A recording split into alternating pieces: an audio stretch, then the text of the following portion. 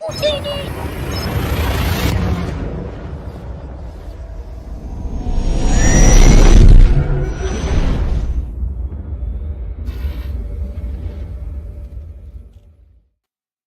is up, everybody? Hope your Friday evening is going well. This is kind of an impromptu little laser workshop. I decided to try some MDF layered artwork on the xTool P2S. So we're going to be cutting out MDF 3 millimeters thick, and it's going to be some pretty large pieces, but I think it'll turn out pretty cool. So let's get into it and see what we can do. So the first thing I'm going to do is show you what we're doing here. So we're going to cut out this gun shape, and the link is in the description for the file.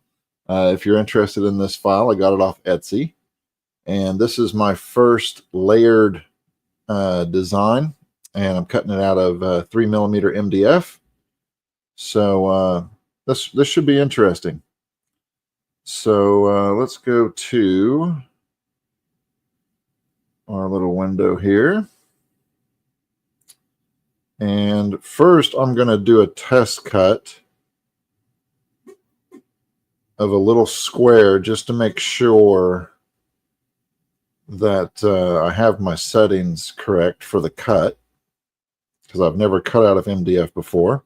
So we're going to cut this little square out here first. So we're going to go ahead and process that. And let me get you over to the camera here.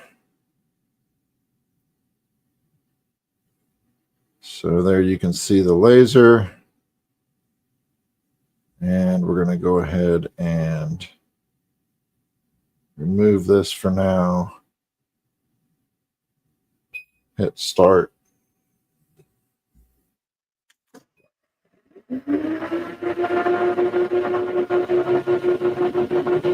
And what I'm doing is I'm just checking to make sure it's cutting through at the speed that I have set for this.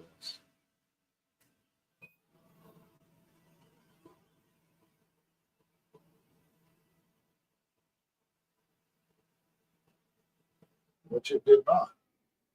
It did not get all the way through. So we're going to have to increase that power. So let's do this again. So I had that set at 60% power and 15 speed, and it did not cut through. So I'm going to go to 60% power and 5 speed,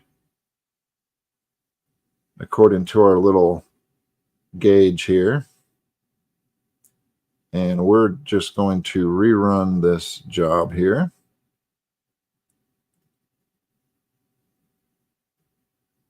Let's see. We're going to process that.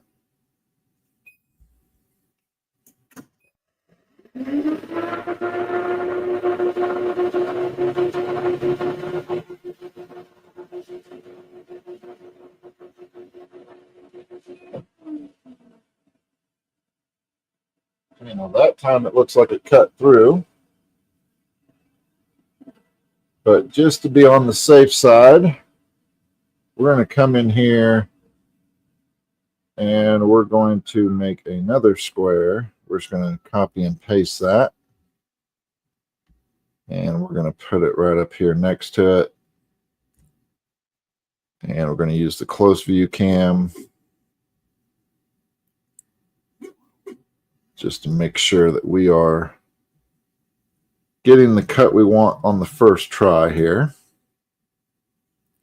So I'm going to cut this again, and we are going to remove this one. So we remove that one. Now we're going to cut this again. Again, my settings are 60% speed, or I'm sorry, 60% power, 5 millimeters per second on the speed, 1 pass. And let's see. Let's make sure we're set up here. So hopefully this will cut through on the first try.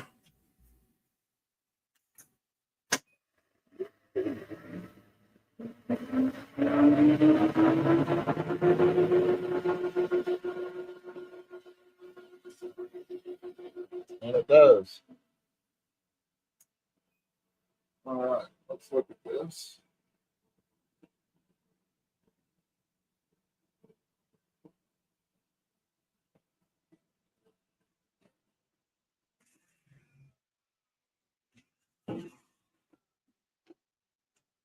So I'm just taking this out of here so we can see how it looks.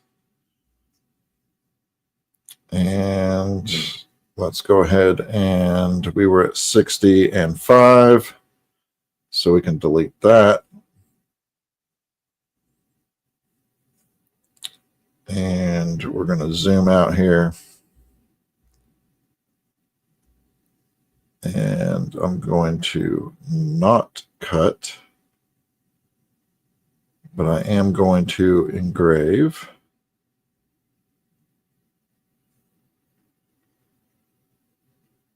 So let me make sure we got that set. And we're going to engrave this little bird. But before we do that, let me show you what I have here. All right. So that is cut. And the cut's pretty clean. Not a lot of charring. See if we can get the camera to focus there.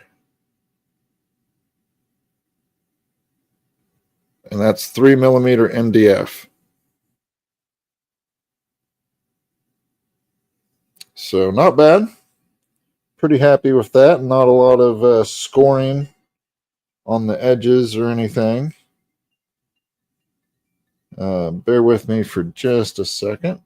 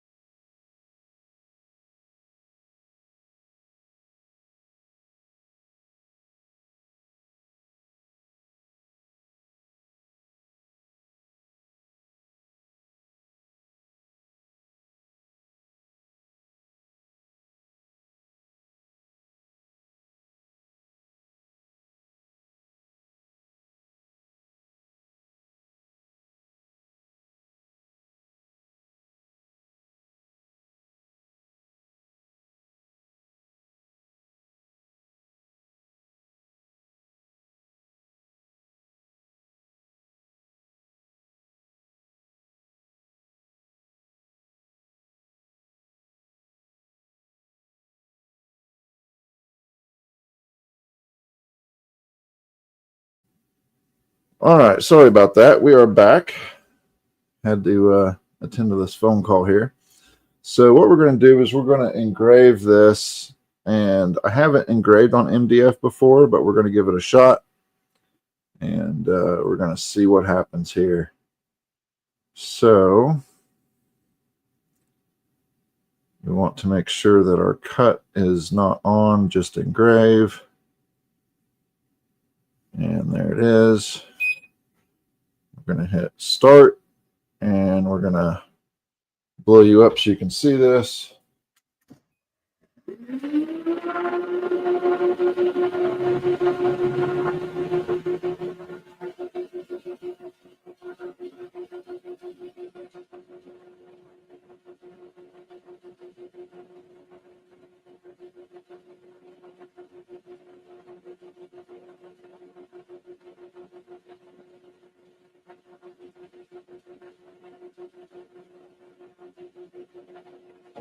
And that is the world's lightest engrave. So we need to go way darker on that. So we're going to bump up the power because that was at 20% power, 300 speed. We're going to bump that up to 25% power, 300 speed. And process that again.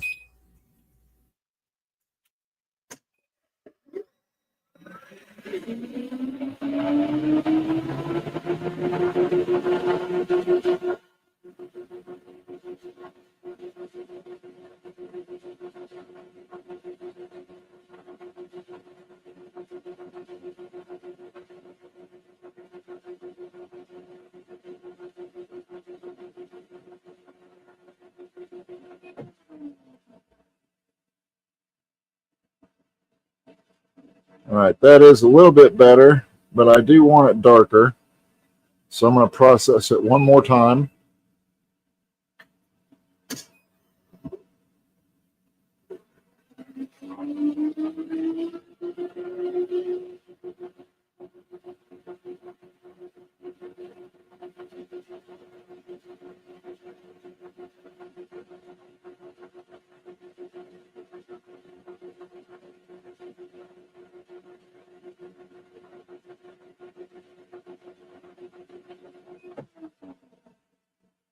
Okay, that's a little bit better.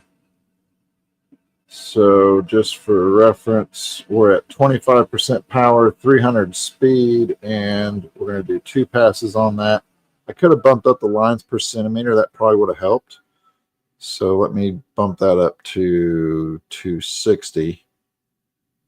And let me do 1 pass. And we're just going to process it one more time.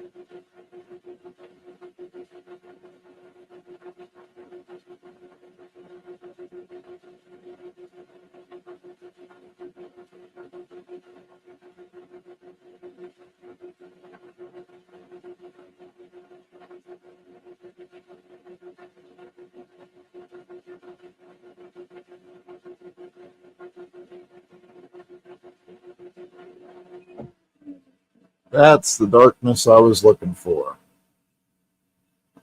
So I'm going to go ahead and save this. So we have it.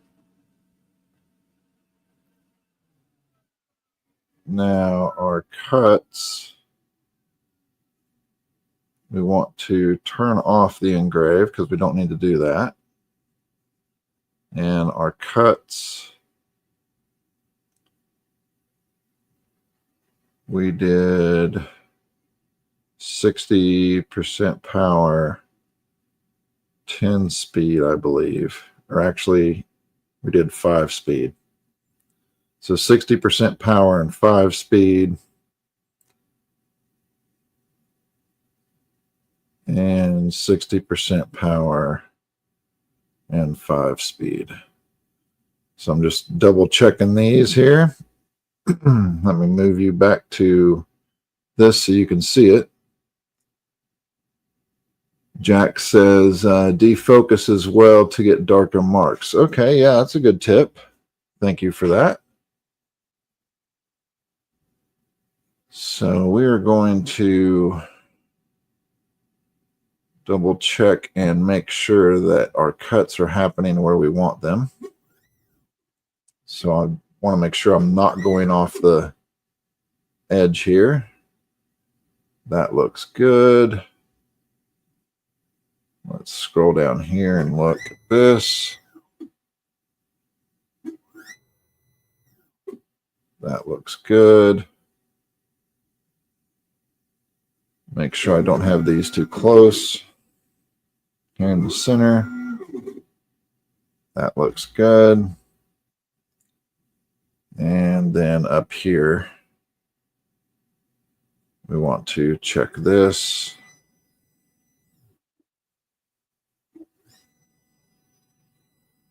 And that looks good.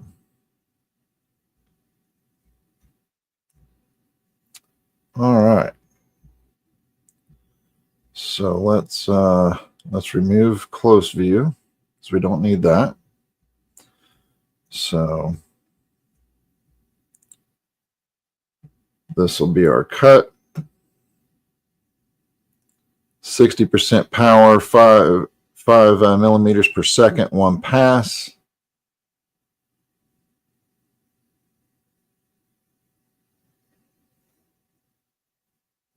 And let's see.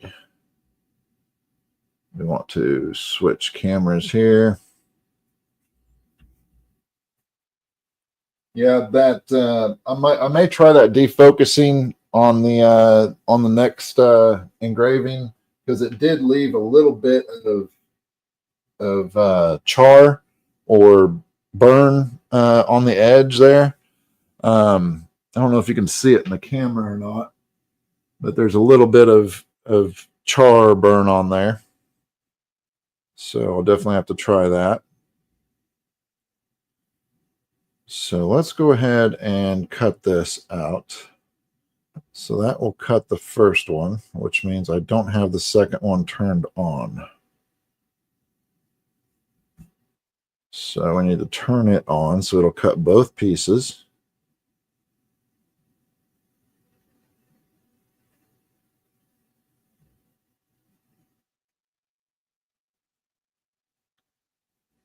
So there's going to cut both pieces, and let's start it. And hopefully everything goes well with this. So let me turn on my air extractor.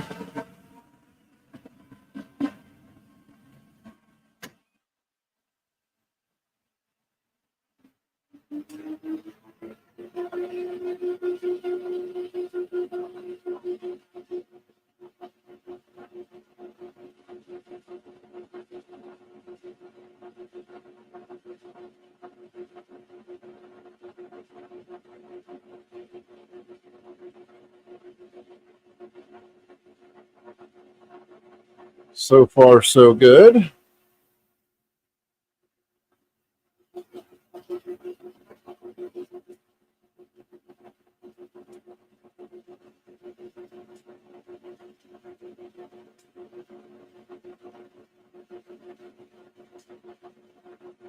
Now, I will be painting this, so I'm not real worried about the char marks on it,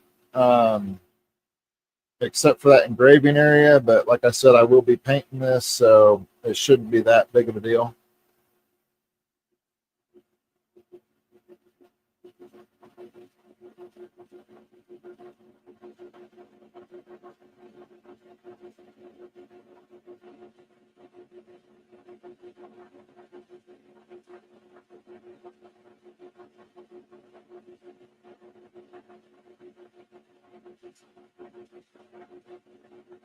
Now, what's interesting is it cut out that bird, and I didn't have that bird set to cut out.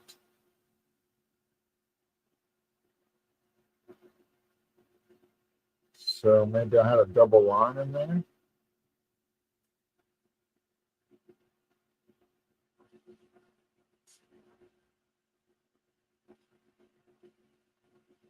I did not have a double line in there. So that's interesting. I wonder why it cut that out.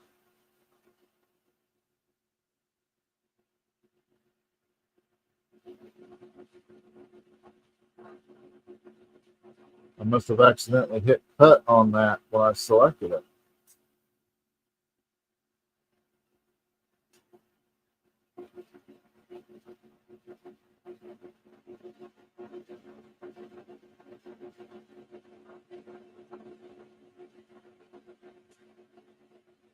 We're learning as we go.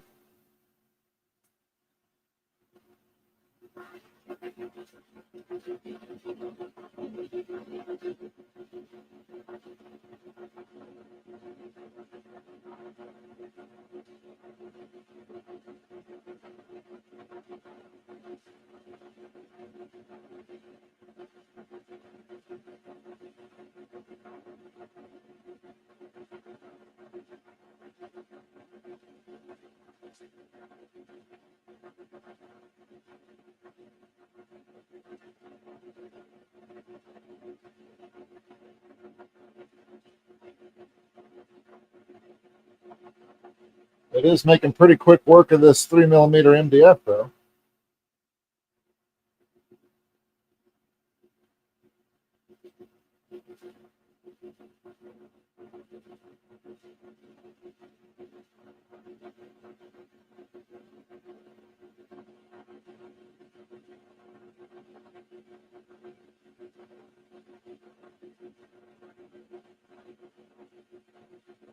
And again, the link to the file is in the description.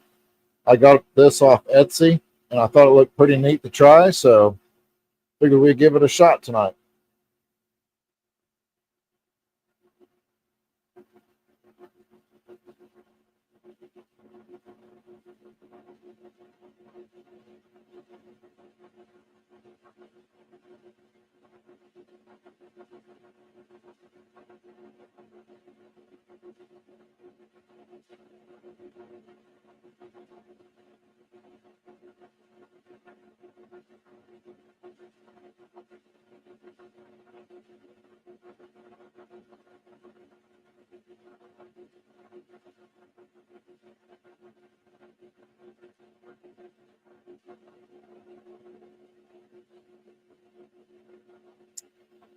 Jack says, you ever look at free SVG sites?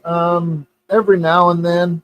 I'm a graphic designer, so I can create my own graphics and SVGs. I just saw this one and thought it might be a good test, and it'll give me some insight into creating my own layered designs, just the way that this file's set up. So I was just going to give it a shot and see how it went. But I'll probably be doing my own here before too long, and then putting those up on my Patreon once I get it going. My Patreon's right here in case you guys are interested in that. I do have some files up there right now, some SVGs and stuff. But my goal is to create my own files and be able to create some really cool layered designs and designs that people can use and find useful.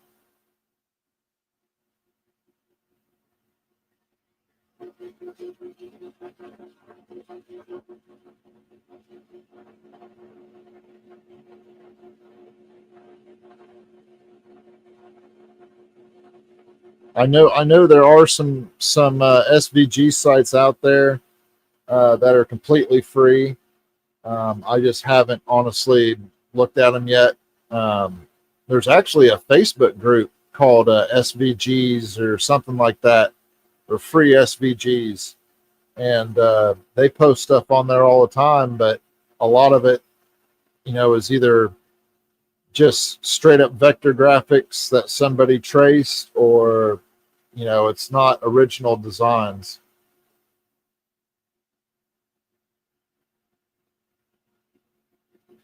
Oh yeah, I know how to edit nodes. I'm a 25-year graphic designer in the motorsports industry, so designing paint schemes and everything else for NASCAR, IndyCar, F1, IMSA. So I definitely know about nodes. 3-axis and vector file, he said. Vectors file, he says. But yes, I definitely agree with you. Everyone should know how to edit nodes and edit vectors. especially if you have a laser, because it will allow you to do so many different things, from creating stuff like this that's simply desk art, to creating displays, to creating, pretty much anything on a laser. Stephen Good has a lot of PDF projects for scroll saws that can be brought into Lightburn. Yep. Yeah, you just have to adjust for the kerf and everything.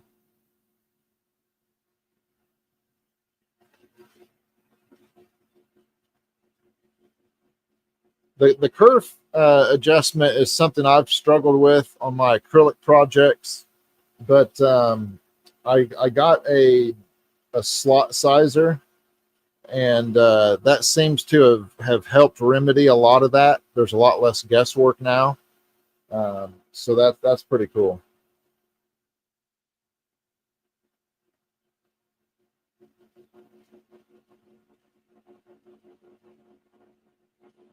That's one thing that brought me into lasers is, like I said, I've been a graphic designer for 25 years, and I've always designed stuff for other people, and then they've produced it or created it or whatever, made products with it. Now I'm in, now I have the ability with lasers and 3D printers to take my designs and create products, which I think is really cool. I just did a video for a guy in Facebook group showing how to reduce nodes. Yep. Yeah. Yeah, you definitely want to reduce nodes, especially on high detailed objects.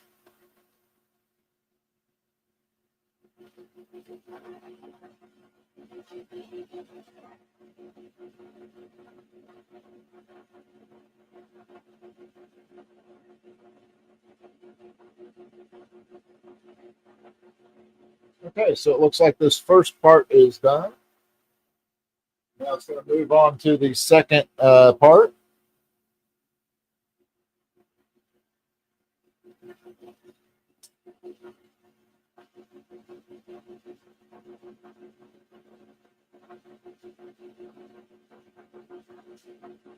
The only thing I'm not crazy about with cutting out multiple pieces like this is you get those pieces that fall through and can potentially catch fire beneath, and you wouldn't be able to see it.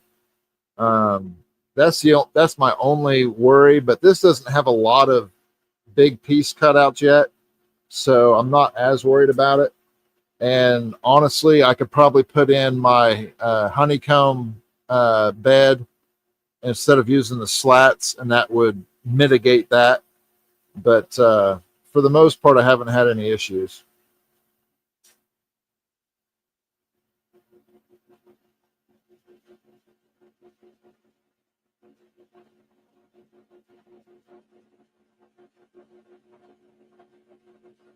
I do have my air assist turned up to 100% on these cuts.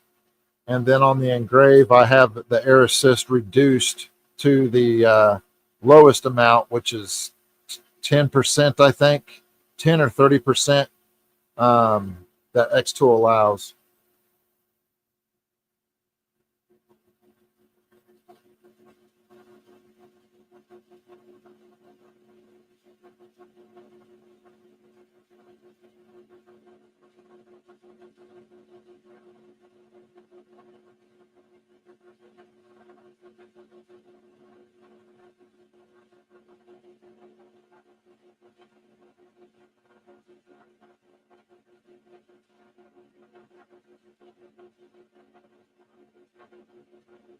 It does take a while to cut, but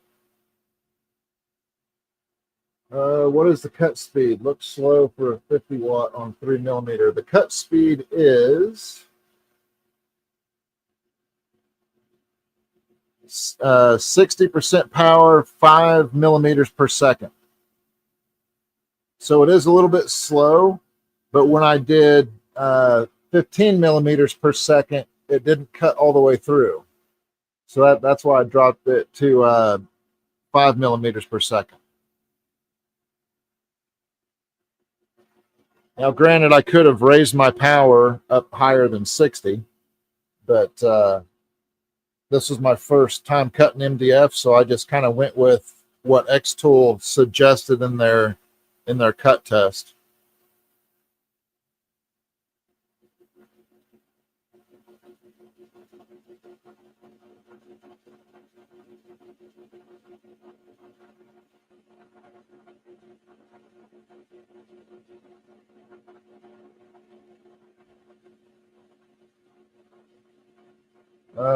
Jack says, I would not go much past 60% power on a CO2. You know, I've heard that, and I also know people that run it at 100%. You know, but and I know the common denominator is you don't want to run 100% on a CO2 tube because it lessens the life of the tube, I guess. I personally haven't run it at 100%. I think the most I've done is 60 or 70%. Maybe on acrylic, I'll go a little bit higher than that, but I haven't really gone much past the 60, 70% mark. Haven't had the need to yet. So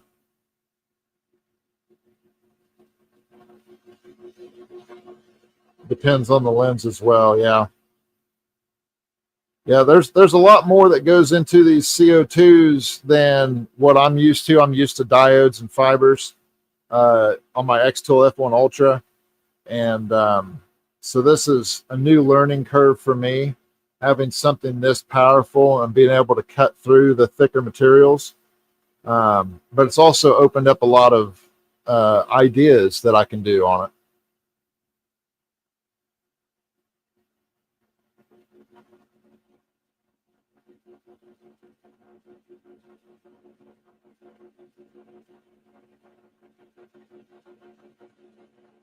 I know you can't see it. Well, you might be able to see it on camera. It's getting kind of smoky there, but I have my smoke extractor turned up to 100%. So Jack says a 30-watt laser with a 4-inch lens can cut thicker than an 80-watt with a 2-inch lens. Yep.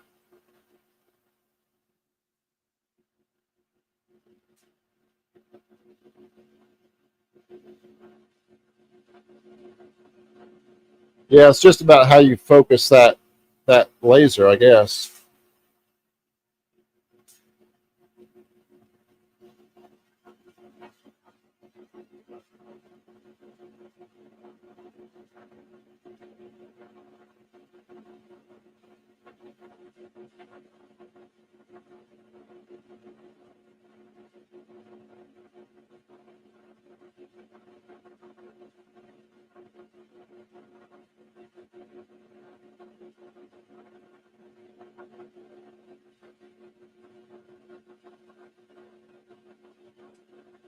Yeah, Don says he just added a P2S to the mix with his F1 Ultra. Perfect combo, I think. I believe you're right on there, Don. I had the xTool F1 Ultra, and it's a really great machine. Does a lot of cool stuff with metal. And the only issue is it doesn't cut straight because it's a galvo, so it cuts at an angle. And I was running into issues wanting to do bigger items, so I needed a bigger machine.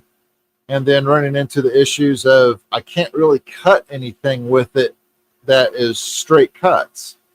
So I thought, well, the next capable machine in xTool's arsenal is the P2S. Now, when I was originally looking at it, it was just the P2. And right before I pressed the buy button on the P2, they announced the P2S. So I saved up some pennies and was able to get the P2S about 3 months ago, roughly, right around Christmas time.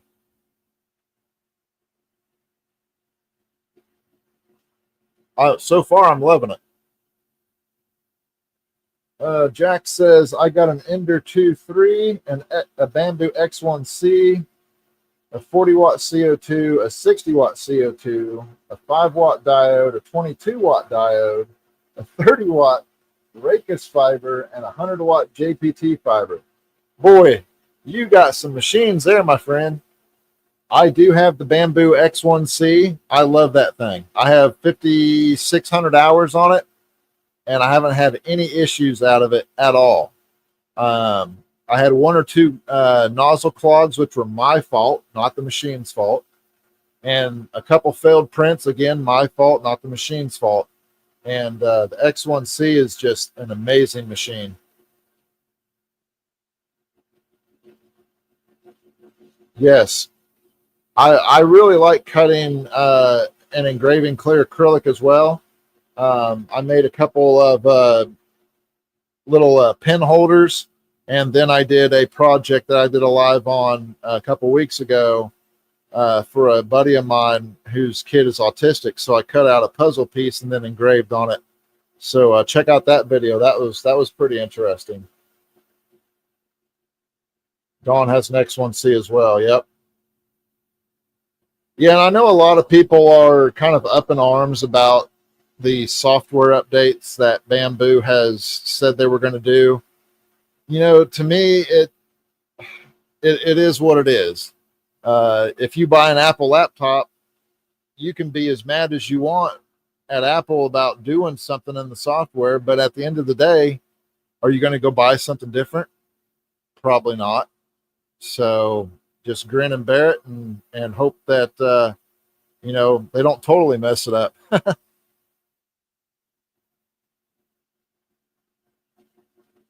Jack says, I also got a long mill CNC router that I converted to a plasma cutter. Oh, wow. Yeah, there's been times where I could have used a plasma cutter, especially for doing stainless steel and stuff like that. But some of the plasma cuts that I've seen just from other people's products, and it could be their settings, but it didn't look like it was straight cuts, which I found interesting. So either they were hand cutting it with a plasma cutter, or their settings were off because it was really jaggedy. And that could be due to the nodes, like you mentioned earlier. There was too many nodes and not enough smooth areas. But I think they probably hand cut it versus having a gantry type plasma cutter or a water jet.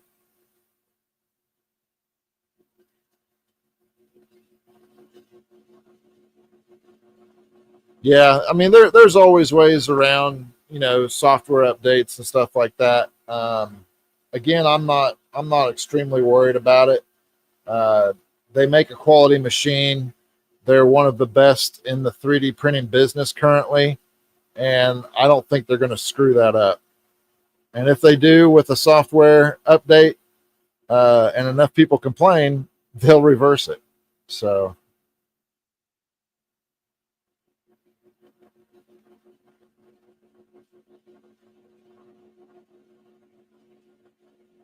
yeah, I really enjoy my Bamboo X1C. I got two AMSs hooked up to it, and it's actually printing something right now. So that thing's a workhorse.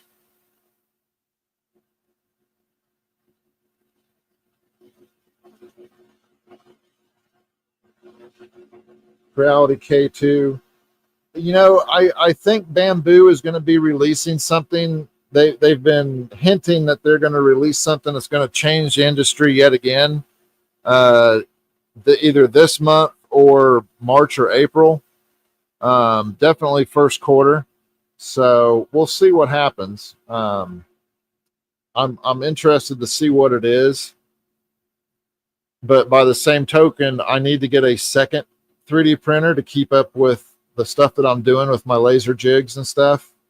And so I'm thinking either getting another X1C or getting a P2S, since it's technically the same machine, just without the bells and whistles. But I've gotten so accustomed to my X1C with the touch screen and everything, I'm afraid I'll be disappointed with the P2S. All right, so that looks like it is done. Now the question is did it cut all the way through?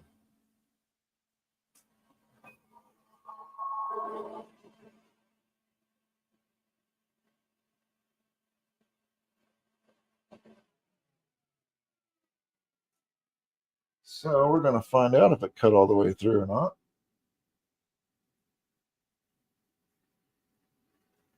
Looks like it did.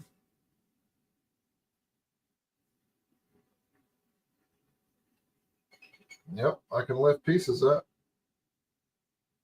So let me get my clamps out of here.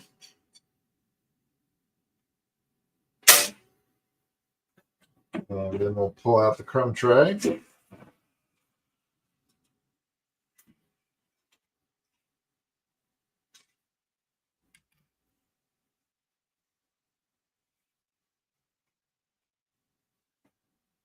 And get my little trash bag here so I can dump my crumbs.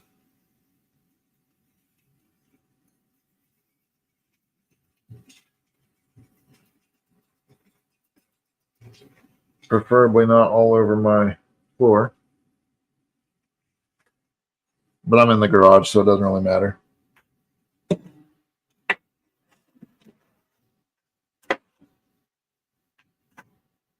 All right, let's get this back in here.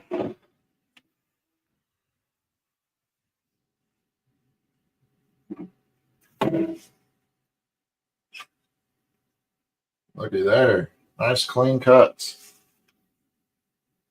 So it did have a little bit of charring there on the back. You can see some charring here. See if I can raise this up.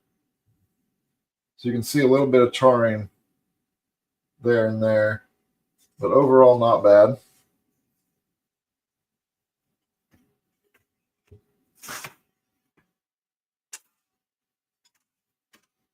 Guess I should have waited to dump my crumb tray until I got all these pieces out.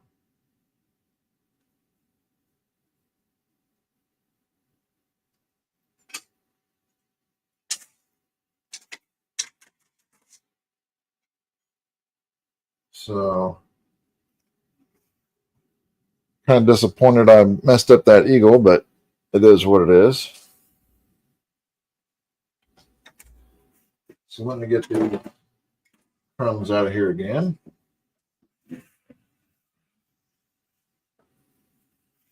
Because none of those pieces are going to be pieces that I can salvage or reuse.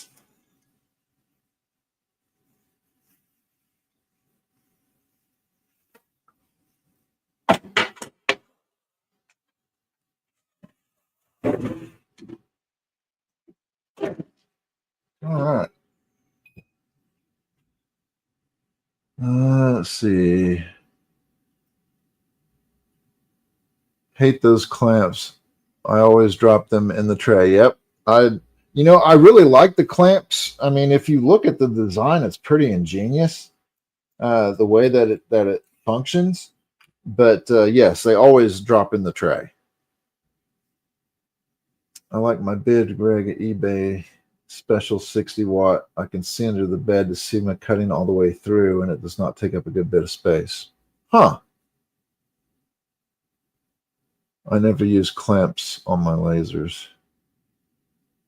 They're where the blades are. Oh, yeah.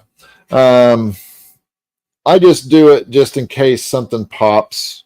You know, that's really the only reason I do it. So let me get my camera back on me so I can show you how this came out. So there we go. Nice, clean. There's a little bit of charring on one side here, right there by the edge of the scope, right here. But otherwise, pretty clean cuts.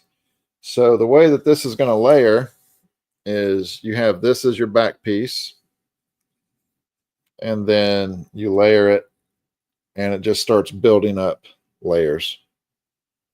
And there's like 5 or 6 more layers to cut. And then you would paint each layer a different color. So when you have it all together, it makes a kind of a color montage.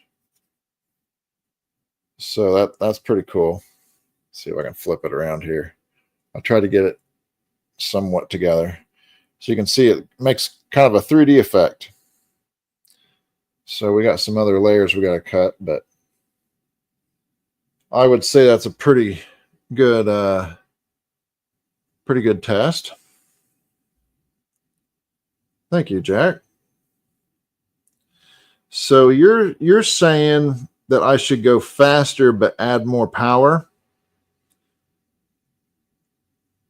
So like 70% at 15 maybe.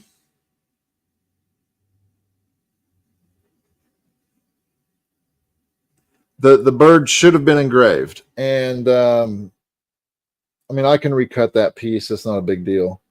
Or I can put something behind it.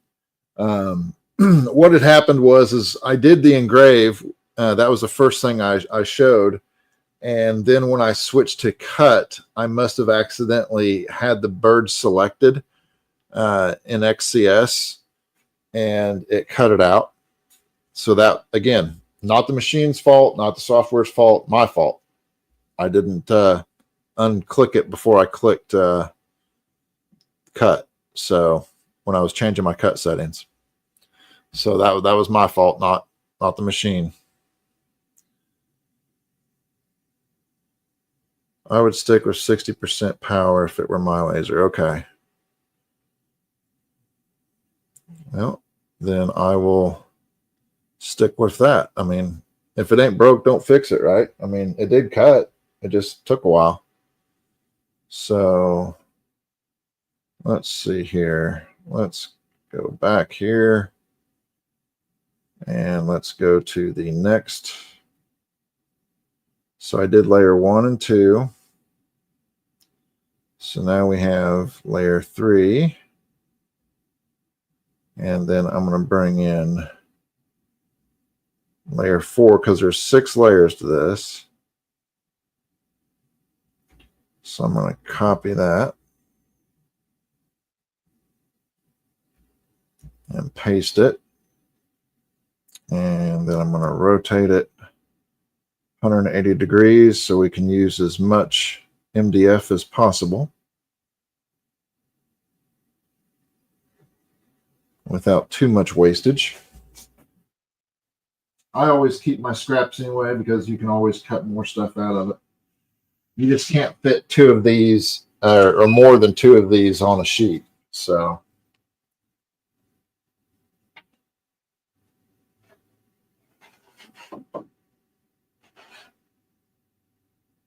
get this in here.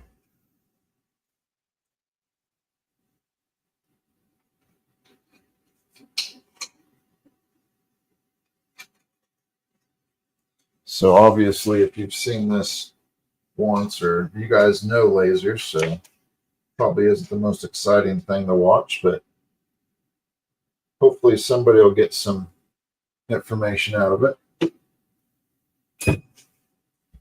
All right, so let's refresh our background. Let's see, let me get back to the chat here.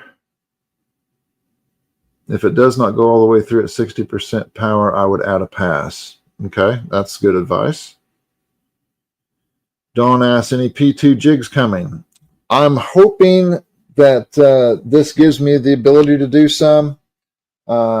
One that I am interested in doing is an alignment jig for the RA2 Pro. So you can do tumblers and stuff. I haven't done any tumblers yet, but my hope is I just got a shipment of tumblers in from MakerFlow, and I got my RA2 Pro set up. I just need to hook it up and then do some measurements so I can make a jig that will fit in the bed so it lines up your RA2 Pro to the same spot every single time. That's my idea. I know other people probably have that already, but I think there isn't one out there that's like mass produced yet. Maybe I could be completely mistaken, but that would be the first jig that I would probably do for the P2, just because so many people do tumblers. I think that might be a good one. some type of an alignment tool just to get that RA2 Pro in there lined up perfect every time. I just got to get around to doing it. So, all right, let's move some stuff around here. So we're going to move this right here. We're going to move this right here. And 60% power, we're going to drop that to 5 speed, just like we did before.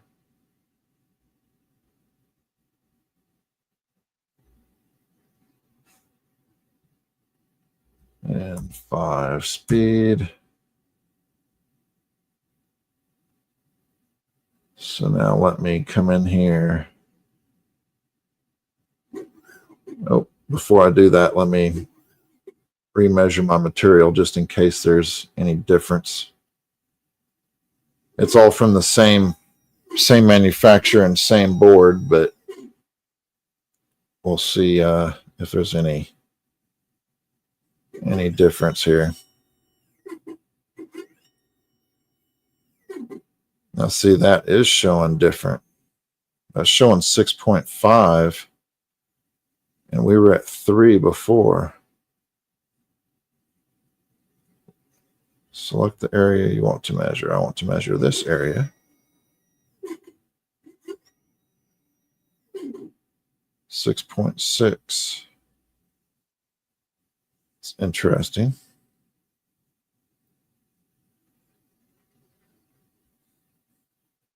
The RA2 is exactly why I asked. Okay. I marked the tray with the spot like the RA2, but I really like the way it sits on the Ultra. Same every time. Yep. I have it for my Ultra too, but I have not created a jig for that. I actually bought one from, I believe it was from Mike at Diode Designs. And I haven't tried it yet, but I know people have, and they seem to really like it. So, but yeah, that would be my idea, would be to create a jig for the P2S that you can just cut out of MDF or, you know, spare plywood or whatever, and just have it in there every time.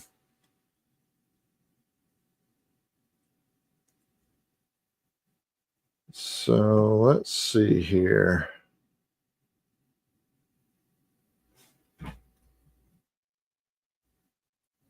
Make sure this is at the edge where I want it, because I want that baby right up close to the edge. And it looks like we are too high. No, maybe not. That looks good. How high are we over here? That's where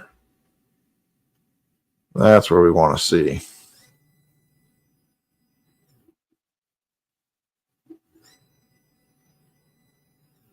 Okay, so we can go higher.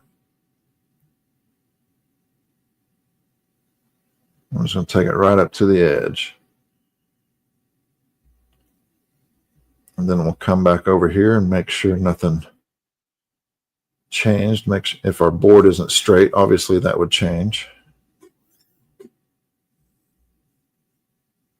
So, ooh, we are really close. I'm going to bump that over just a tad. And then we'll check this bottom one.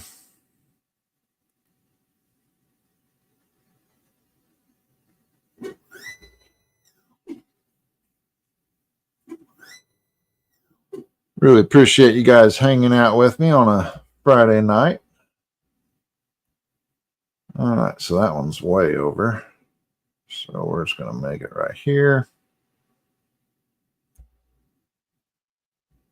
And then we're going to check where this meets up to the other piece.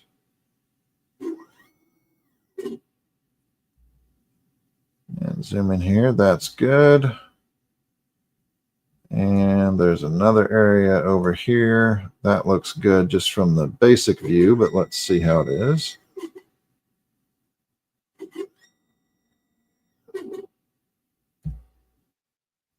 That looks good. And we know it's not going all the way over.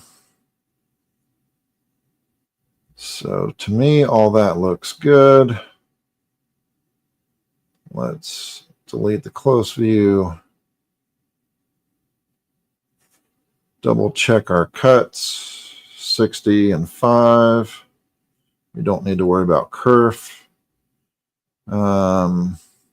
Lower the focus. Don't think we want to mess with that. The Ultra's live framing spoils us. Yes, it really does.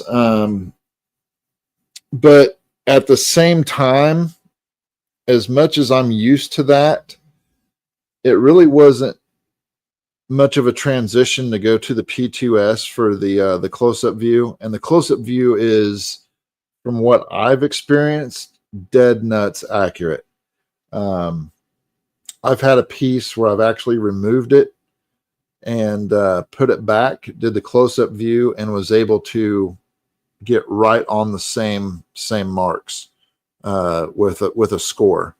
So, I mean, it is accurate. All right, so we got everything measured. We got everything set up. So let's go to process. So I know those pieces look the same, but they are different.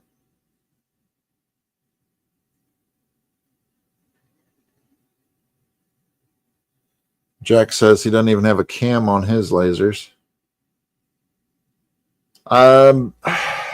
Yeah, you probably have the crosshairs or the probe where it comes down and shows it.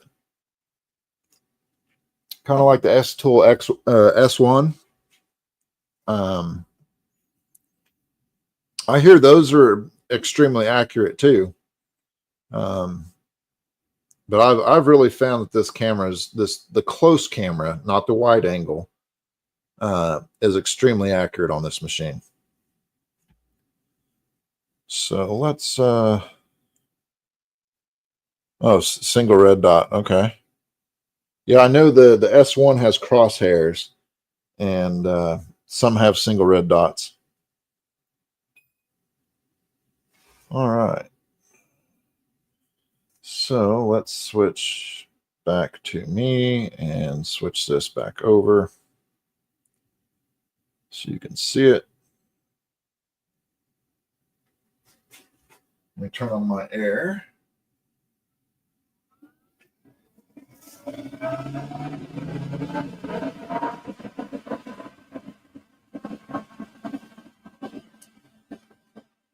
And actually, before I hit this, I'm going to put a clamp up top because I was wondering why it showed a different thickness. It could be because this board may not be completely flat.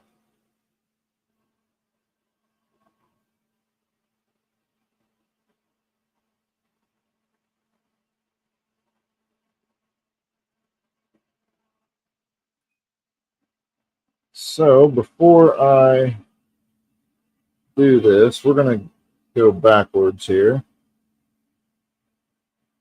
just for a second. We're going to refresh, and we're going to go close cam here. That may be why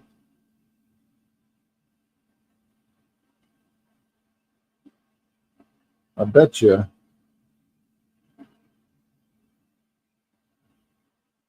if I take another measurement, it'll change. So let's take a measurement. We'll do it roughly the same spot we did before. It dropped at 0.3, so it did change it. So the board was warped a little bit.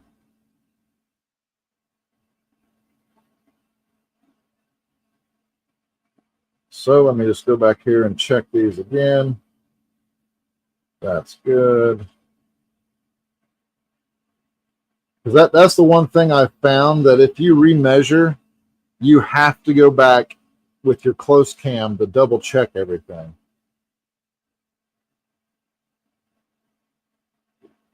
I don't know why that is,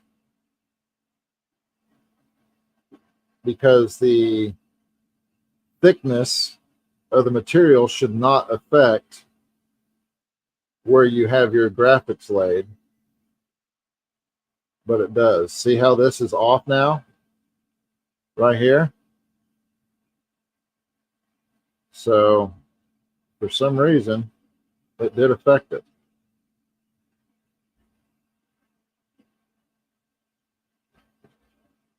So now I'm going to check my other spacings.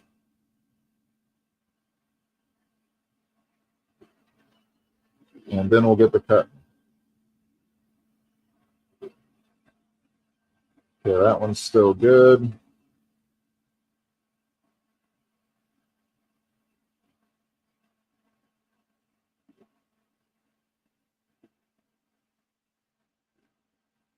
This one still good. And I'm going to double check this one just again real quick.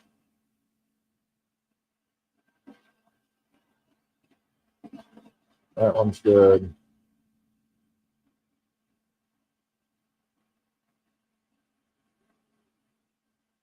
Always measure twice, cut once, right? Okay, so that looks good. Make sure none of our settings have changed. 65, one pass, process, start.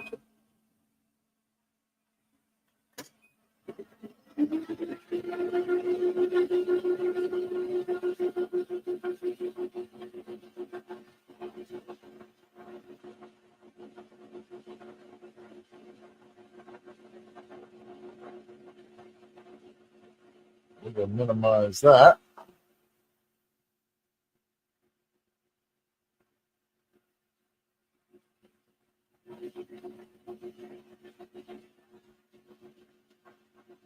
And while that's cutting, I'm going to get the next layers set up. So that was layer 3 and 4. And I'm going to need layer 5 and layer 6.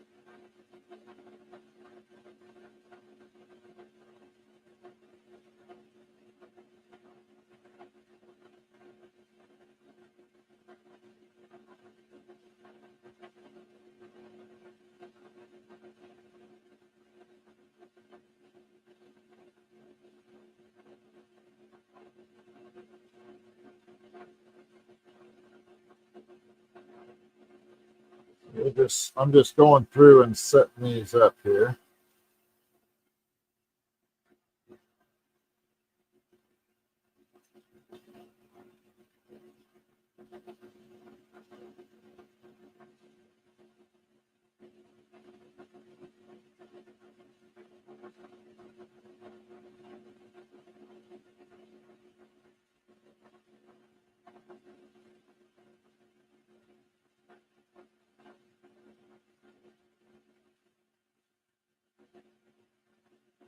And we are cutting again.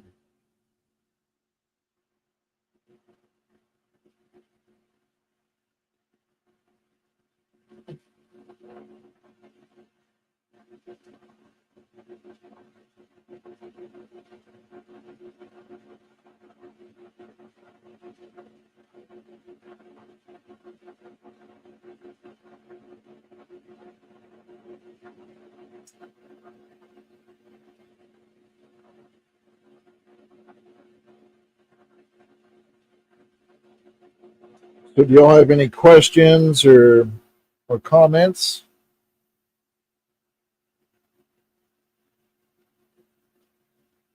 Obviously, Jack has tons of cool equipment, it sounds like.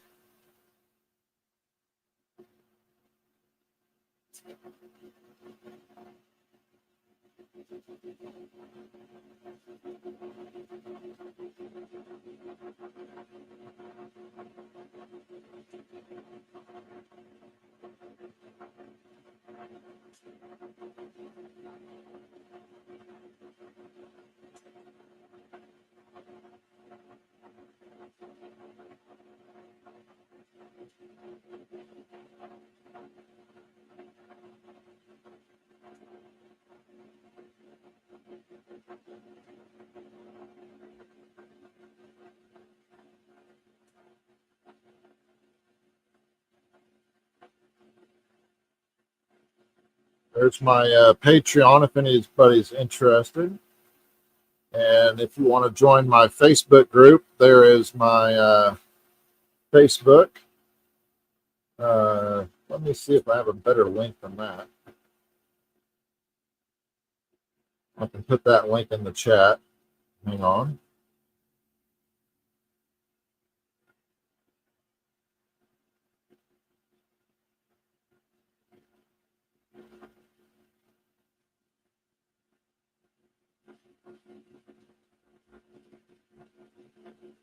So there's the link to the Facebook group for Utini Designs, and then the Patreon.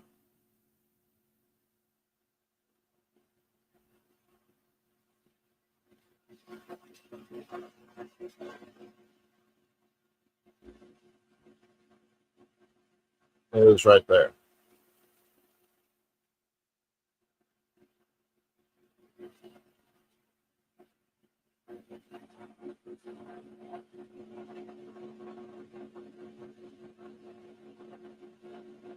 We will be doing a giveaway once we reach 200 subscribers. If you're a Star Wars fan, it's a commemorative Cantina band, 3.57 inch. And then once we reach 1,000 subscribers, I'll be doing a big giveaway. Still deciding what that is, but it may be something along the lines of maybe a A1 Mini or A1 from Bamboo Labs. Not quite sure yet, but something in that price range. But I got to reach 1,000 subscribers first because I got to get monetized. So it may take a while. It may not happen this year. I don't know.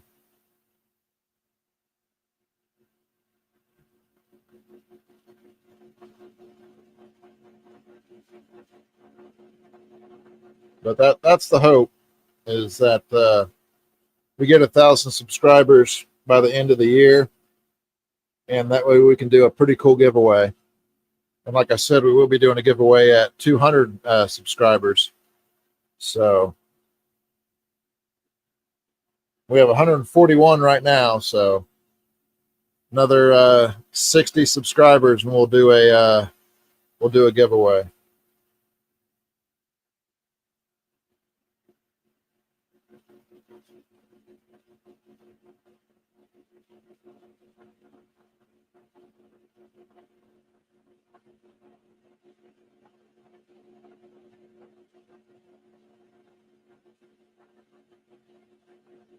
The 1K subs is not hard. The 4K watch hours is a lot harder.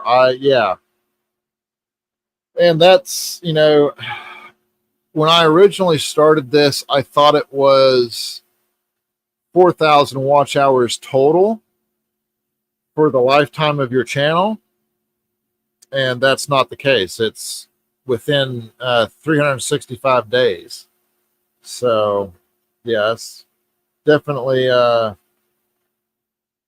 definitely gonna be harder to do, especially since I mainly do lives.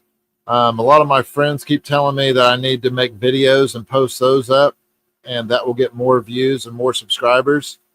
I'm not very good at editing videos, so that's why I do the lives. But I'm going to give it a shot and see what happens.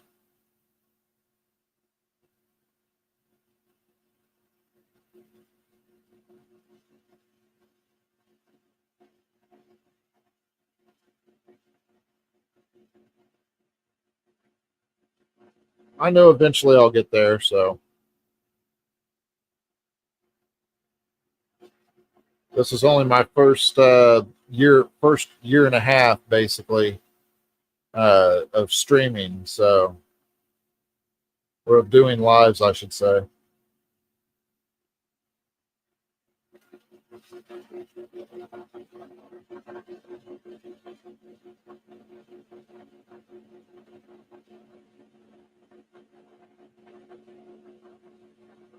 And StreamYard is what I use, but they have significantly increased their pricing. When I signed up for them last year, it was $200 a year, and now I think it's almost $480 a year. So I need to figure out something different on that. I've used OBS before.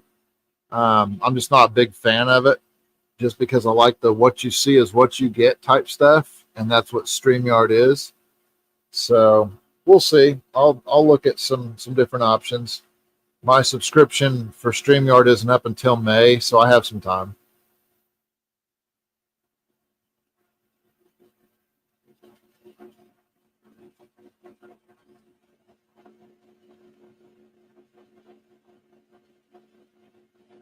Now, what is the free StreamYard? As in the free account for StreamYard?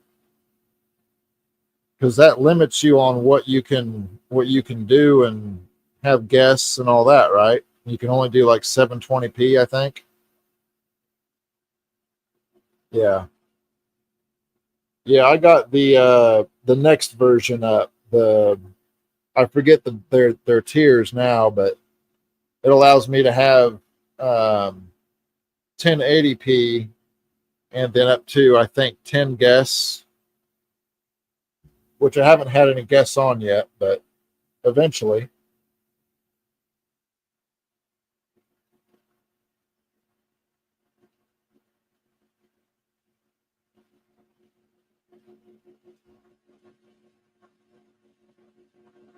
Now, does the free version limit you on time? Because I know the version I'm on has no limit. I can stream for 14 hours straight if I want.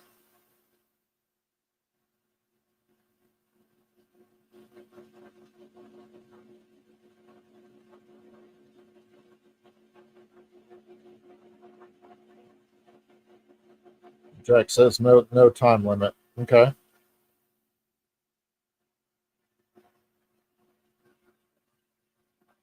Jack, if you have a channel, I'd be more than happy to share it. Shoot me an email with the link, and that way I can promote you a little bit.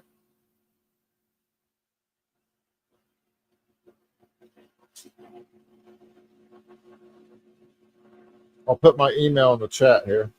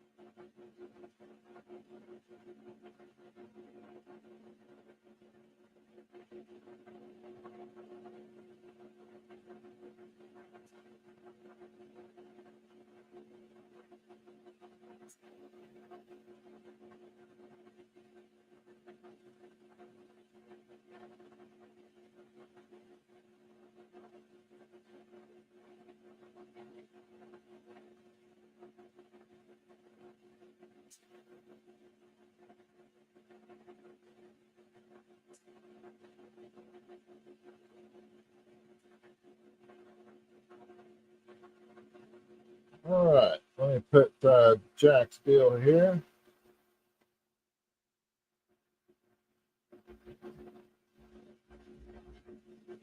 And then go to it real quick in this other window.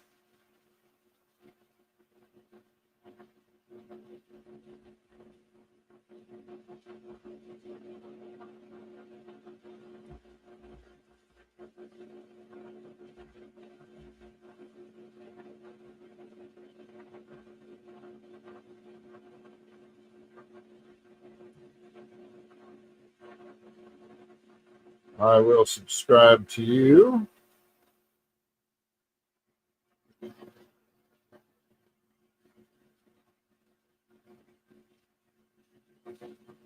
So for those that want to check out Jack's YouTube, there it is.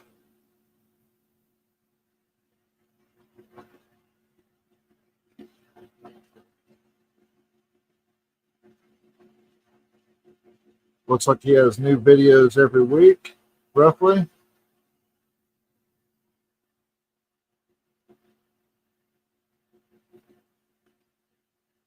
So be sure to check him out, give him some support.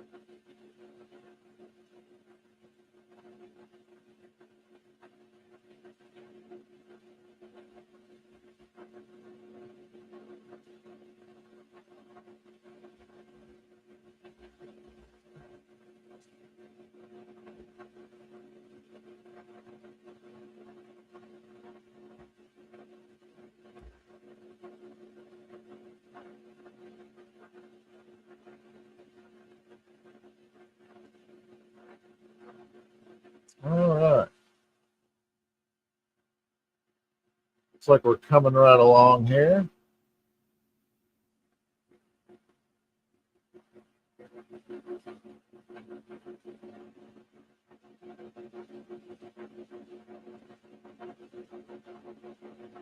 Should probably definitely clean my lenses after cutting all this MDF. It's pretty smoky.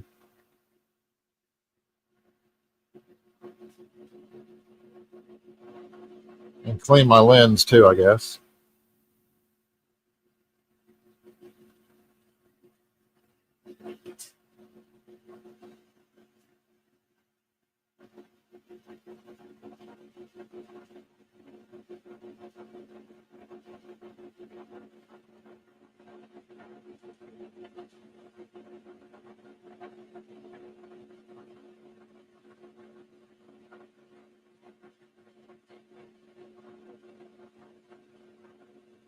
But yeah, this should be a neat little project once it's done. All I'll have to do is once all these pieces are cut out is paint them. And I'm just going to use acrylic paint. I got some paint called Foxy Hues. If anybody's ever heard of Kim and Garrett on Make It, they have a YouTube channel, and they do a lot of door hangers, porch leaners, that sort of thing. And that's actually who I got this MDF from. Is they had a pretty good price on their MDF pre-cut. So I got some MDF from them and got their Foxy Hues paints. And that's what I'm going to use to paint this. So that'll be a neat little little deal. I may stream that, not sure. But this is just going to be something that I just threw in my my vendor booth and see what see what happens. It's a commercial file, so why not?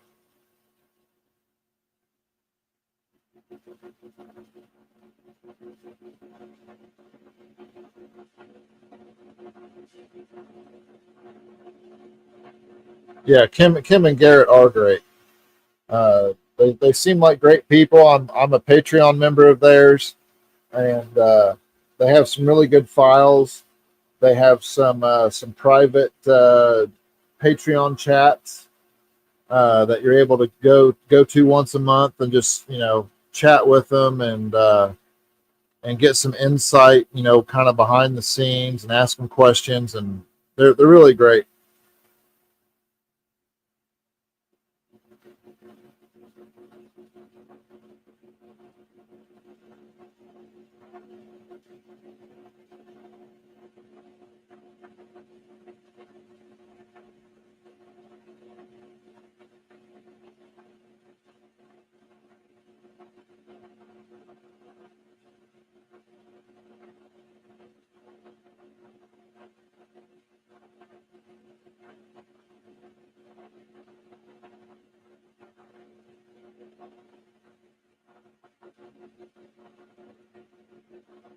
Like this one's getting closer to being done, hopefully.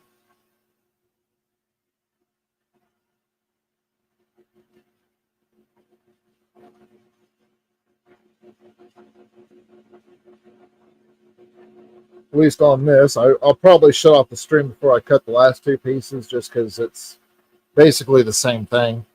But I'll definitely post some pictures and stuff on the Facebook group and my Patreon and stuff of the finished product once it's done.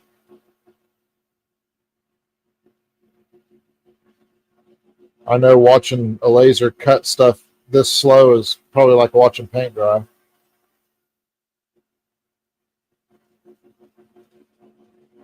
But that's what it takes to make this stuff, so.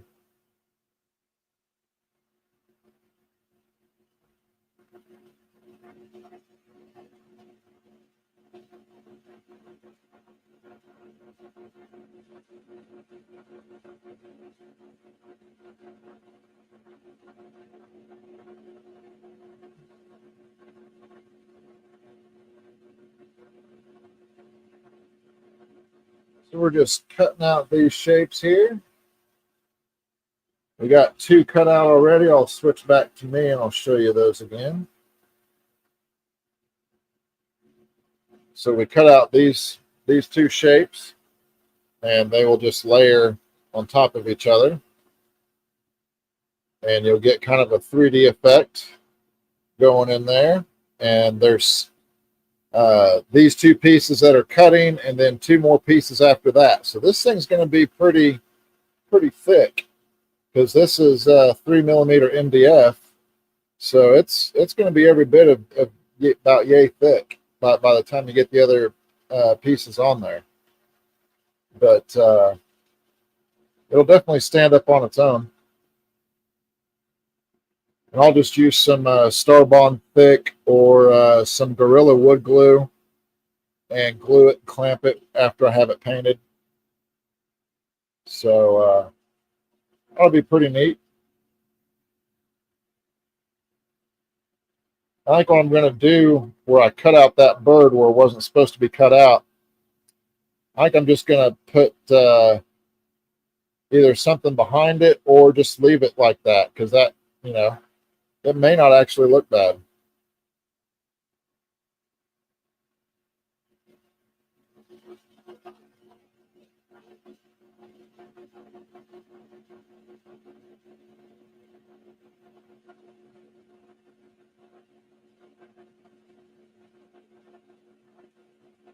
Yeah, I know. There for a while, I was going kind of crazy with Patreon subscriptions, and I had to calm down. it was getting a little expensive. $10. I mean, you don't think $10 a month is much, but when you're subscribed to 20 or 30, Patreons, that's a car payment. So yeah, I definitely had to slow down on some and pick and choose. Could be trick of a cam, but that looks thicker than 3mm. Well, I'll tell you what, I got my calipers here.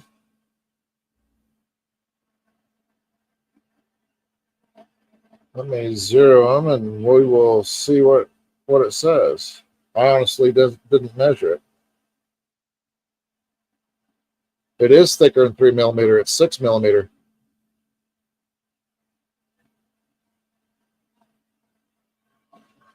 Sure is. Well, that explains my cut settings, because I have 3mm MDF selected as my material. So that explains why it wasn't cut the way I thought it was.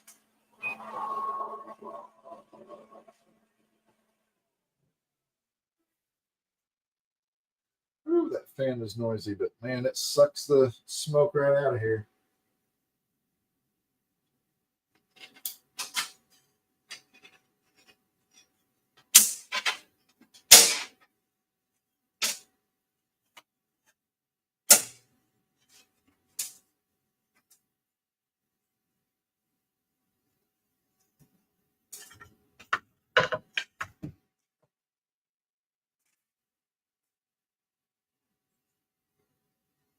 It cuts all the pieces nice.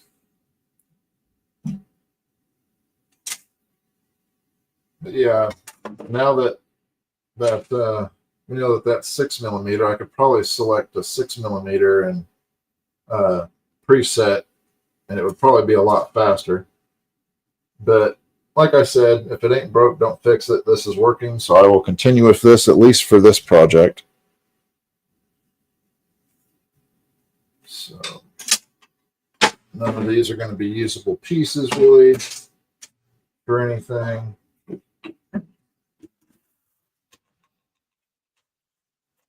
So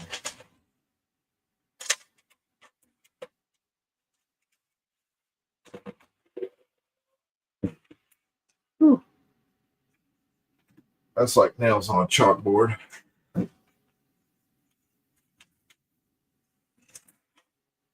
All right, I want to make sure we don't throw away my clips. So we'll grab those. A little trash bucket.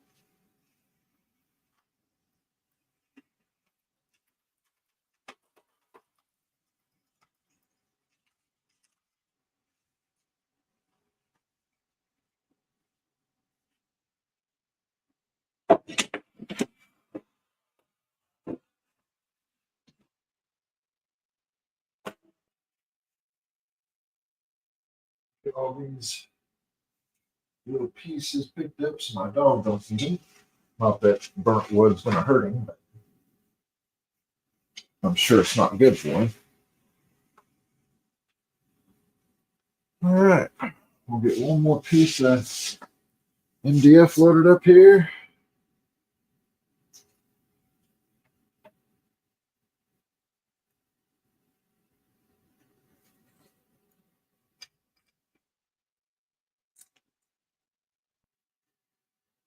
Yeah, that definitely explains why those settings did not cut through. For some reason, I thought this was 3mm.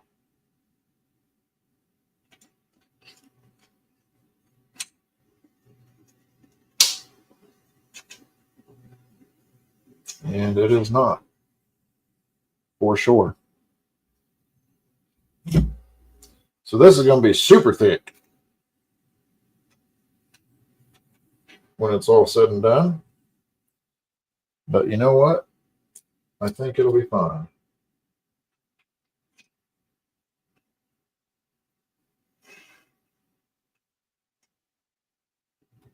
That also explains why our material thickness came up as 6mm. So I guess at least we know that that is correct. The machine wasn't lying to us.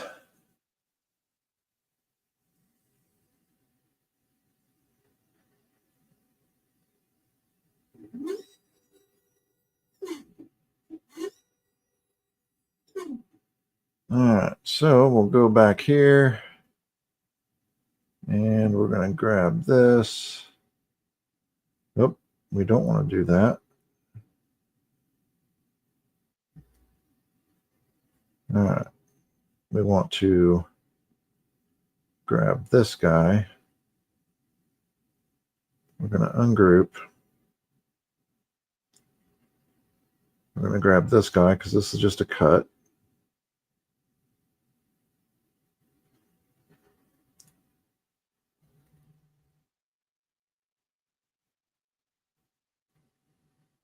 And we're going to move him up. It's probably about as close as I might get. Then we're going to grab all these pieces.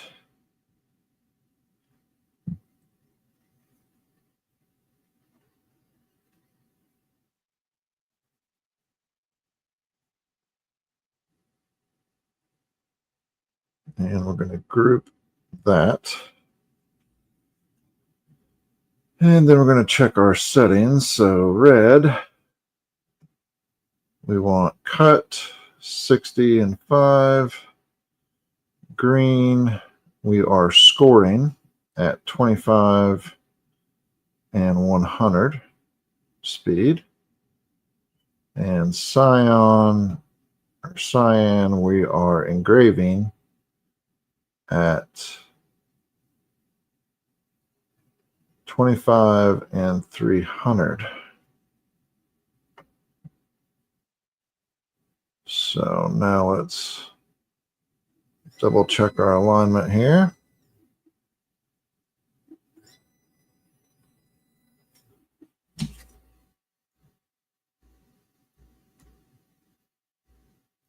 I'm going to nudge that down.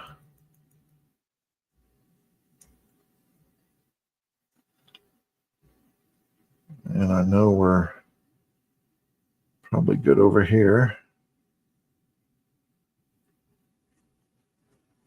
But we're going to check it anyway.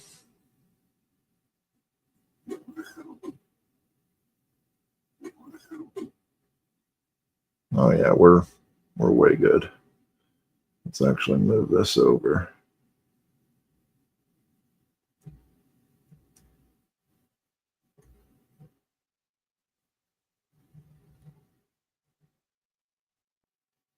Okay. Let's go to this one.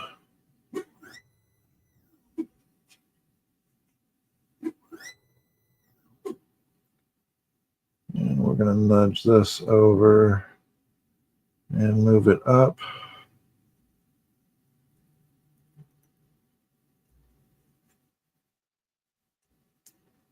And then we'll check this area. That's good. Check this area.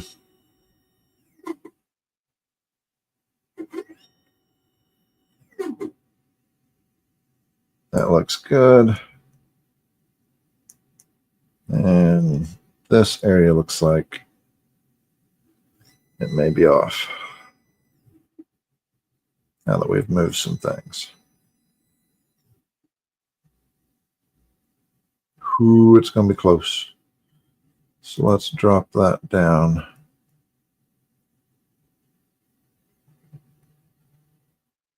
Just a tad.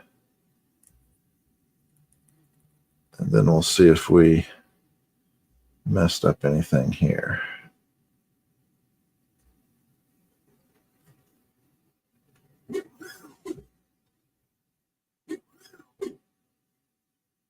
Still good there.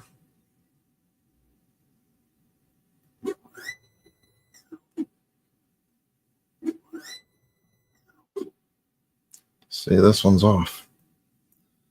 That one's off, off, off.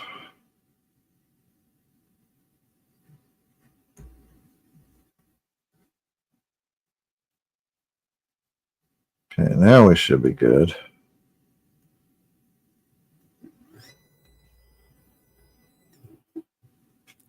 So on this last piece, we're cutting one piece and it's just cut.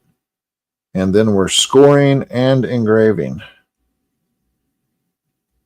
And I still think I'm going to bump this down because that is right on the edge. So then we're going to take this entire group.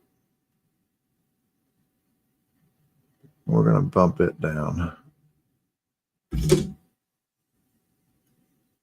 That's not what I wanted. Hit the wrong button.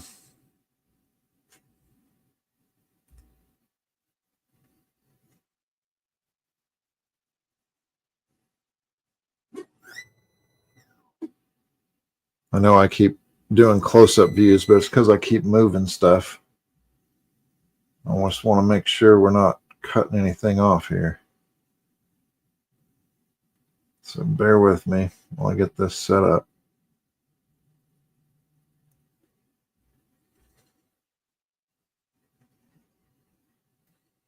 Just trying to use as much material as possible. Okay, that's good.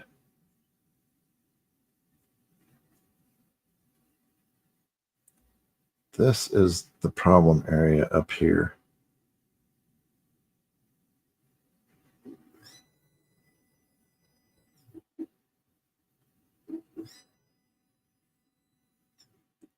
Okay, we're good on there.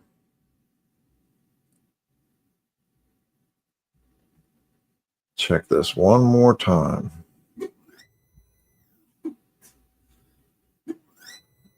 Then we should be good. Yep, we're good. So I'm going to save it. And since this is doing so well, I'm going to keep it at the 3mm MDF, but for this run.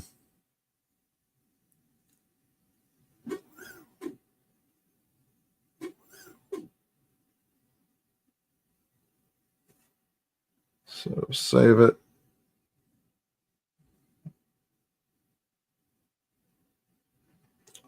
And now we will go back to our laser and process.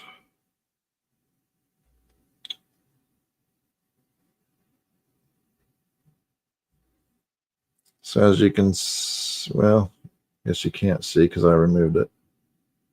Oh. So as you can see, here's what it's going to do. It's going to cut out this piece up here first.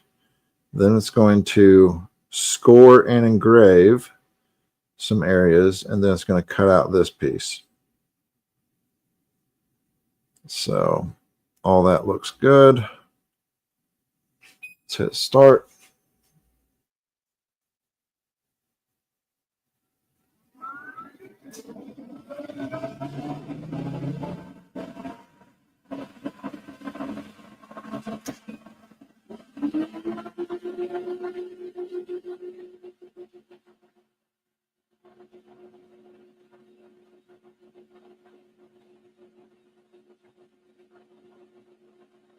So it's going to engrave first.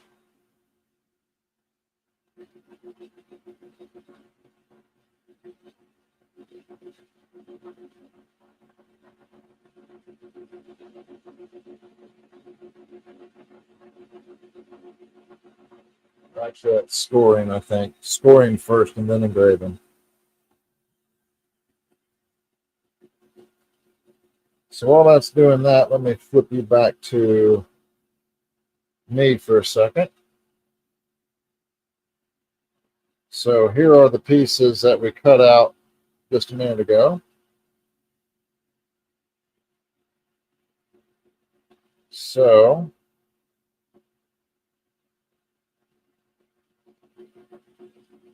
if you lay these on top of each other, get them lined up here.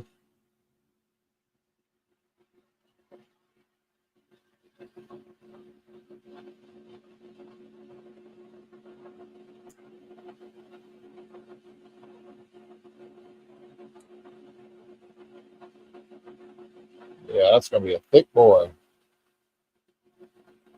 Woo, look at how thick that is already. We still got 2 more pieces. But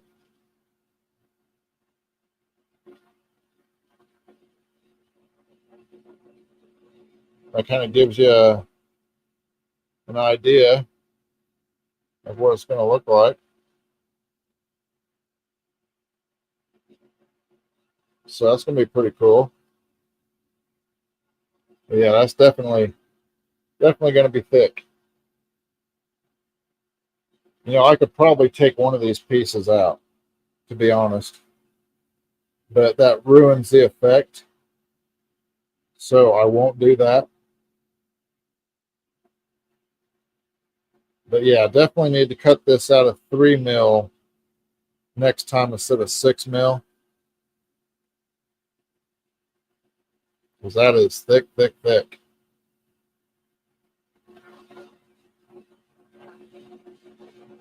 Got to 3D print me some clamps so I can clamp it together when it's gluing. That's the back side.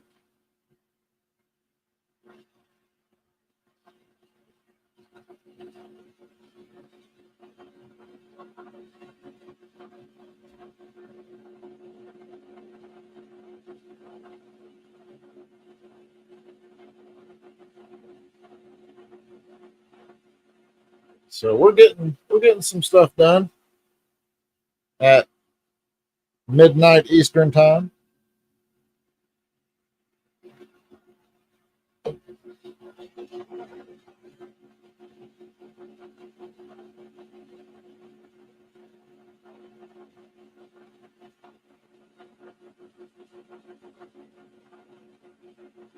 So yeah, it's scoring first.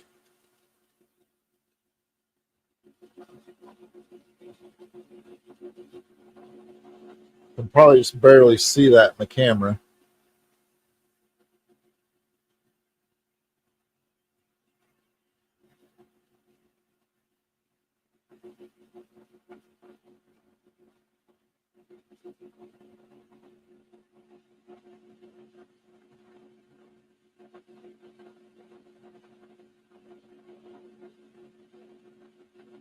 Heck yeah.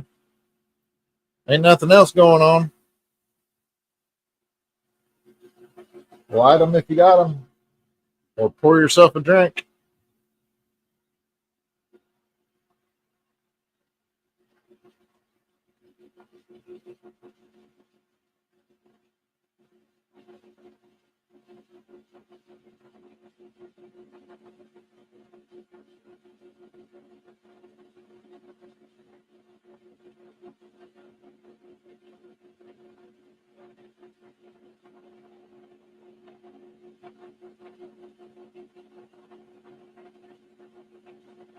You don't know nothing about Eric Clapton?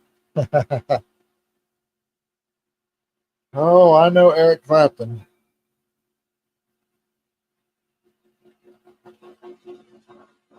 I'm old enough to know about Eric Clapton.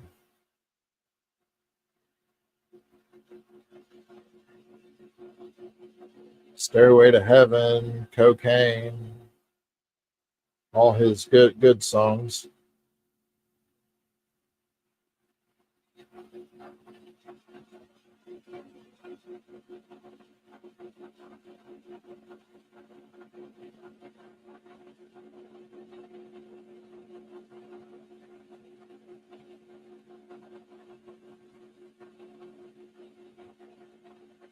Yeah, I'll definitely go on. Actually, I was subscribed to your channel already, Jack. Um, so I'll have to go on there and check some more stuff out. So I'll definitely hop on there probably tomorrow and check out some videos and stuff.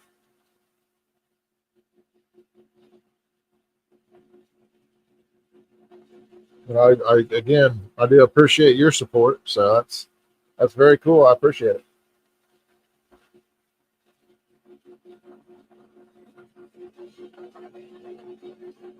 I figured, well, I'm doing this stuff anyway, so might as well stream it. You know, why not? Maybe somebody will get something out of it, maybe not. But YouTube seems to be the go-to source when there's nothing on TV or nothing on the streaming services. You just start watching YouTube.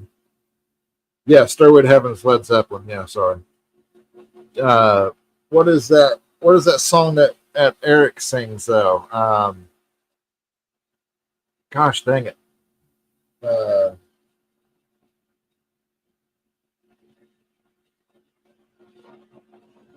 Would you know my name if you saw me in heaven or something like that?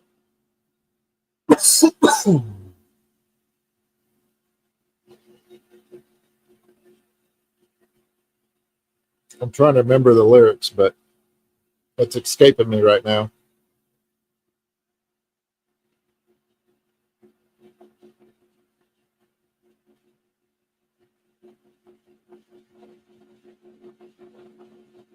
I do not know why he wrote that song.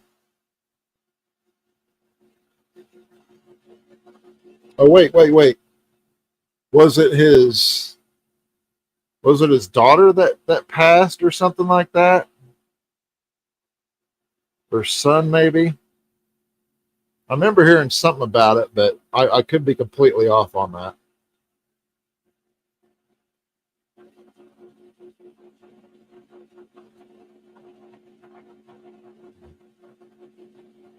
Yeah, his 3-year-old son. I knew it was one of his kids. I just couldn't remember which.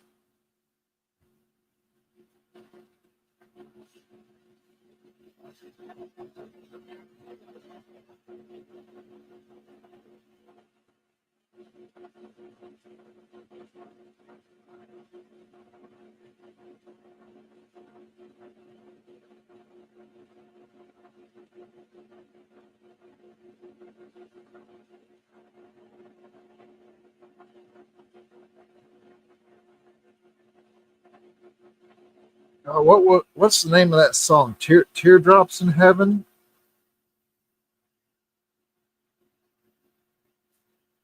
I think is the name of it.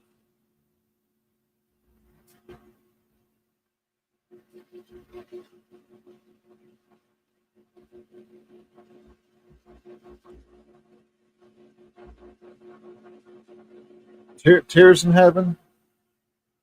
I think it's Tears in Heaven.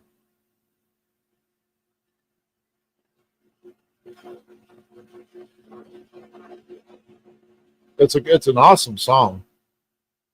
Definitely one of his saddest songs ever, especially if you realize the story behind it.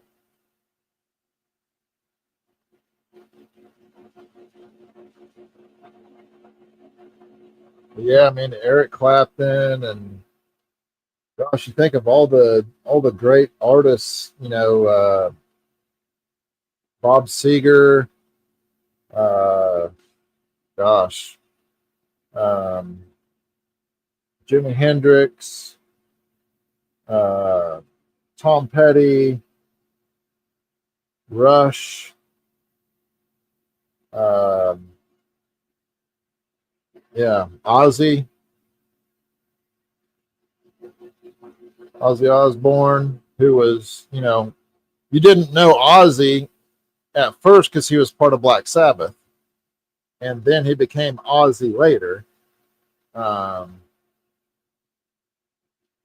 Gosh, Alice Cooper, uh, Pink Floyd. Yep, Pink Floyd. Bob Dylan. Dylan has a lot of good songs. Of course, a lot of those have been remade 100 times over by different artists throughout the years. Led Zeppelin, CCR, or Credence, as some people call them. Fleetwood Mac. I mean, there's so many good bands and everything that came out of the 60s and 70s. And even the I'm a big fan of Frank Sinatra and yeah, Bob Seger, um, George Thorogood, um, a lot of them. I mean, the original Rat Pack, Sammy Davis and let's see, it was Frank, Sammy, Dean, a lot of those guys. So,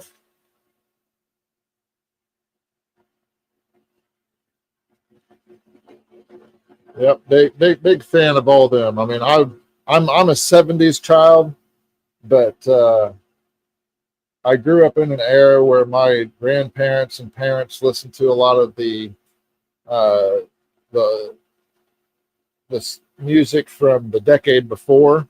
So I was exposed to a lot of that, and I love it.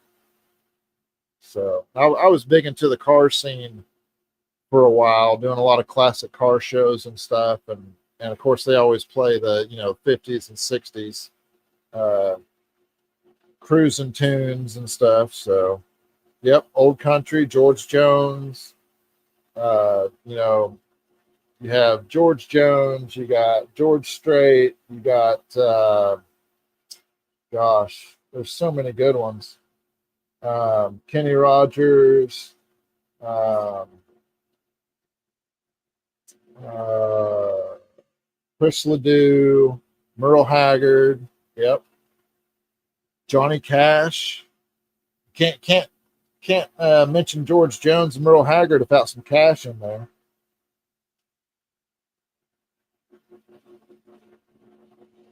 Yep, you bet. I love all that stuff. I'm a very eclectic music listener.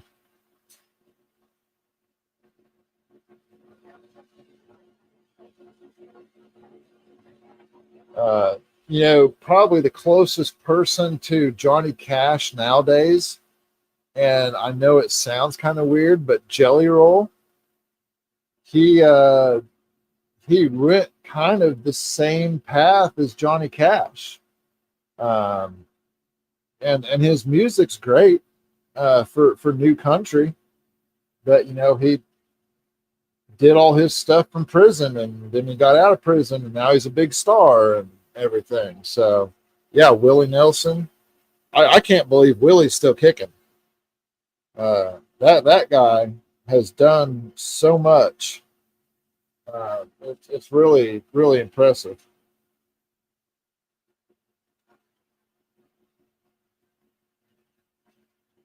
You do a little work with VR.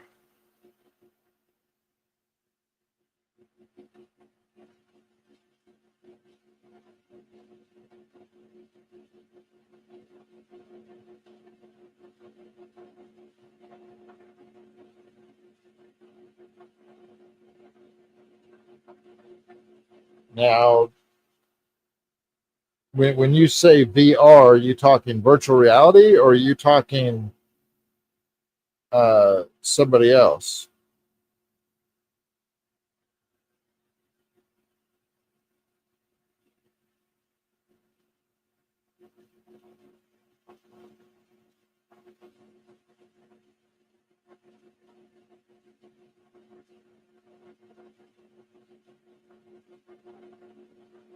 I'm on a project now for Charlie Duke, the 10th man to walk on the moon, virtual reality. Oh, very cool. So you're doing like the lunar module and the command module, Saturn V, all that type of stuff? Are you mainly focusing once they get to the moon, like the lunar rover and stuff like that?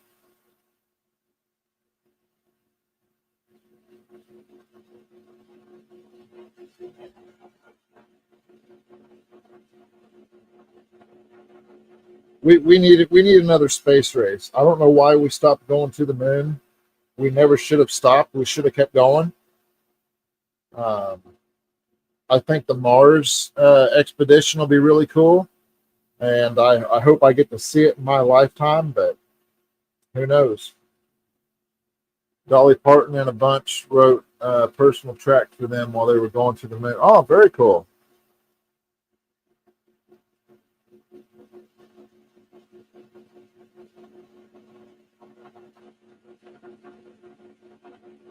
Yeah, you got to listen to some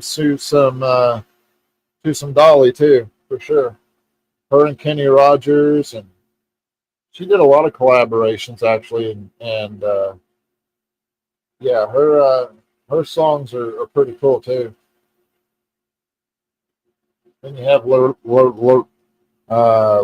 Lynn. Gosh, there's so many female vocalists from back in the day too that are really, really good.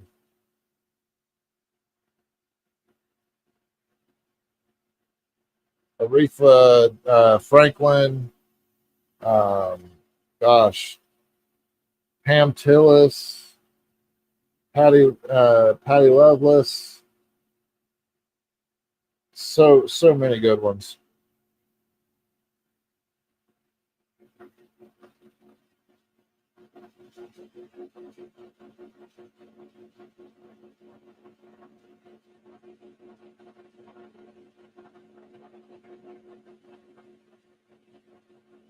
You got some of the tracks. Cool.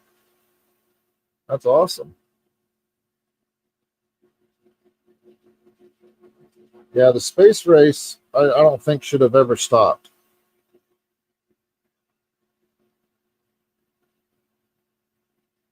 VR is going to take you through the entire Apollo missions. Very cool.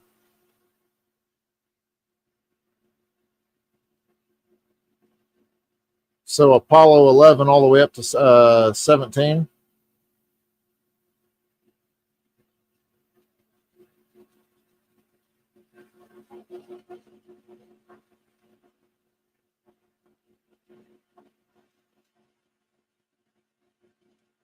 I'll tell you one of the best series I think that's ever been done was From the Earth to the Moon. I think that was an amazing series. Along with Band of Brothers and you know the ones that Tom Hanks has done, just absolutely amazing.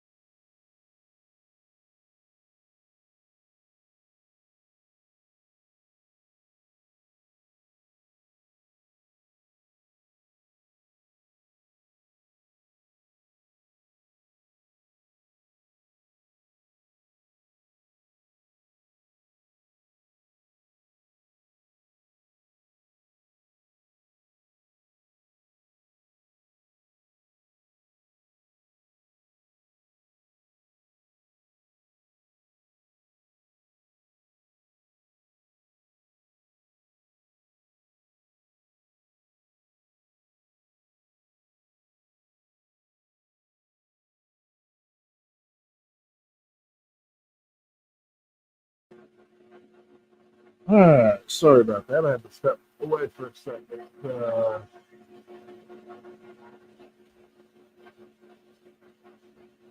All the living astronauts. There's some people that say the last 3 missions were completed, although funding was pulled all the way to 20.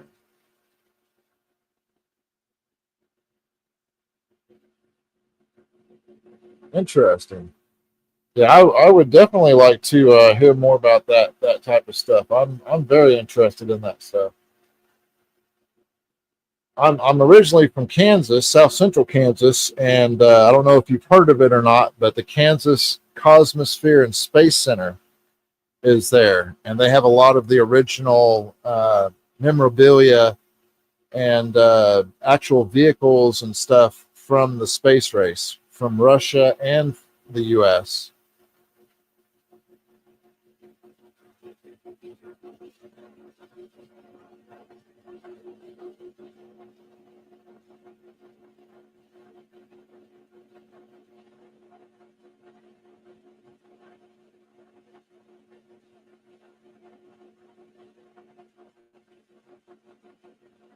Yeah, I think 17 was the last official moon landing. Yeah, I'm near Charlotte. I'm in Kannapolis.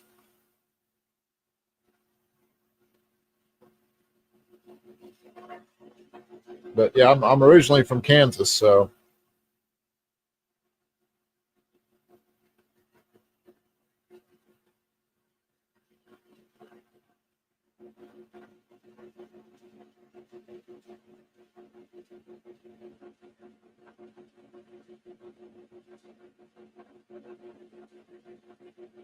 man, this MDF is smoky. Okay, you're in Dallas, so you're not far then.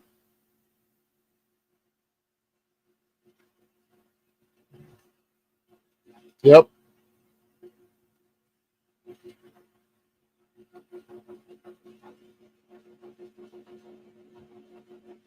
Yeah, you're not far.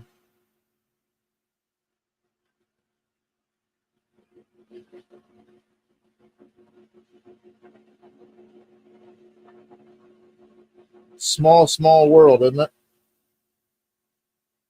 All the millions and millions of people on YouTube, and you find people that literally live down the road from you.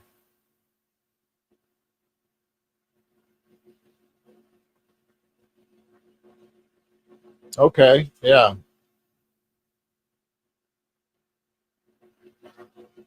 And you said he was on what was it?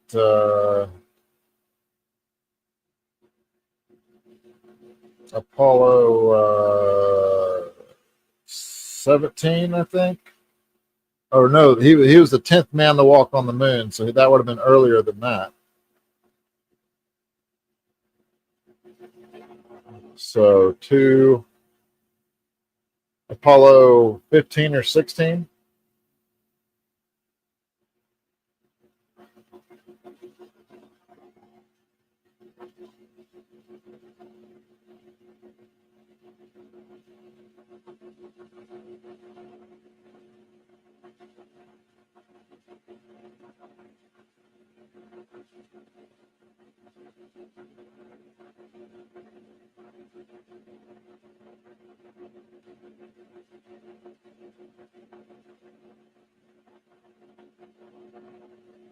But yeah, that VR thing sounds really cool. Now, is that going to be released to the public for like the Oculus or the Vive? I don't even know if the Vive is still, or the Hive is still a VR system. I think it's mainly the Oculus now. I haven't heard anything about the others. Apollo 16, yep. Now 16, was it 15 or 16? That was the one that took the lunar rover up. I think it was one of those. I think it was either 15 or it was one of the later ones that they had the lunar rover.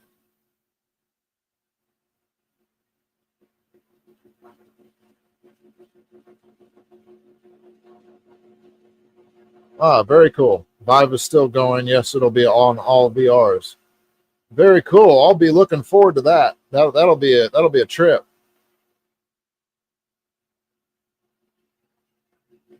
That's very cool.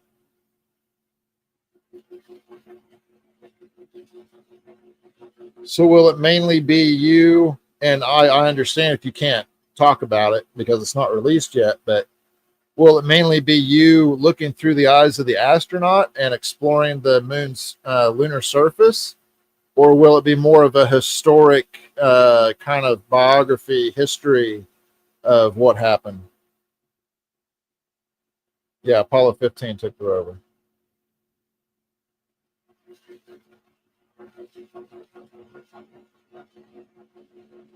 I don't think we ever should have stopped going to the moon, to be honest. I was really hoping that we would go back sooner than what they say, and they say we're going back in the next couple of years, but I don't know. There isn't as much interest, it doesn't seem like, as there was back in the 50s and 60s.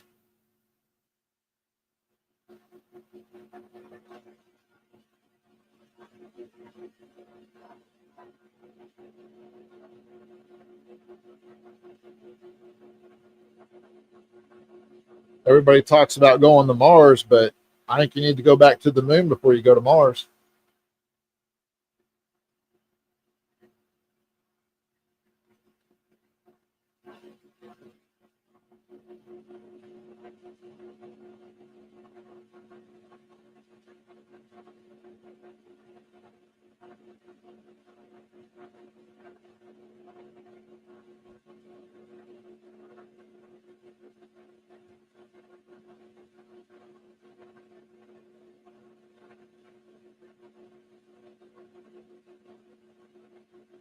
Ah, very cool.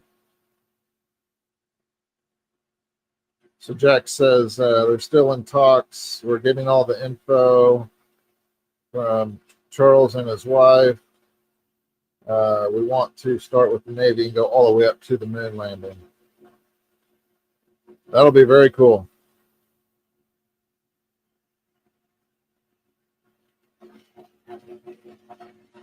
That sounds like a very impressive project, man.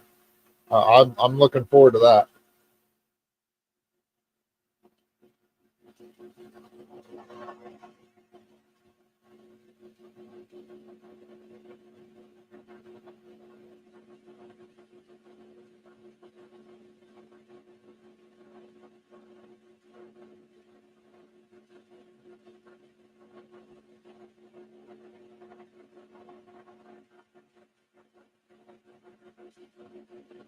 I think we're almost done here. We're almost on the last little cut.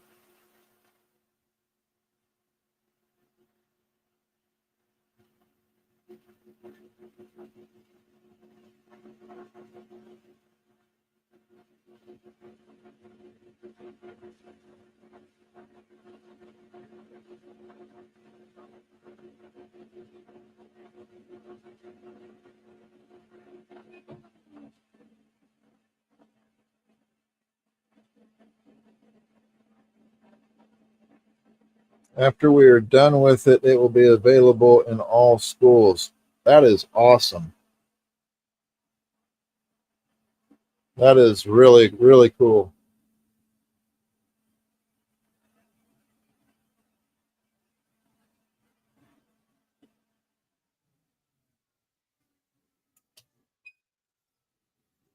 All right.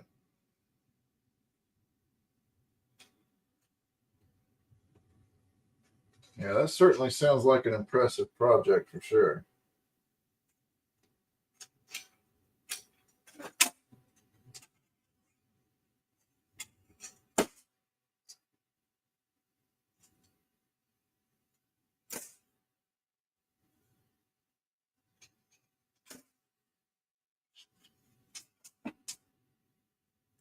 All right.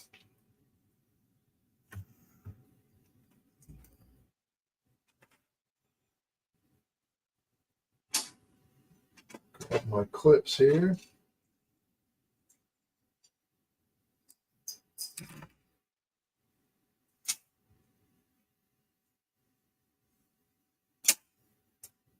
all these pieces out.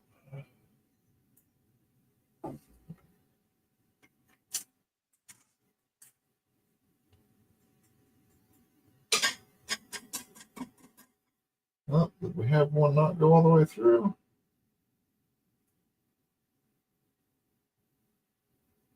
Maybe. Let me get my X-Acto out and see if I can pop it.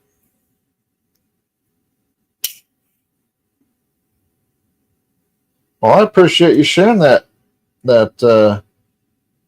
info. That's very cool. Obviously, I don't want you to get in trouble or share something you're not supposed to, but that is very, very interesting. So these pieces are big enough that I think I'm going to keep them as scraps because I can do a little something with these. So those I'll put in my keep pile. The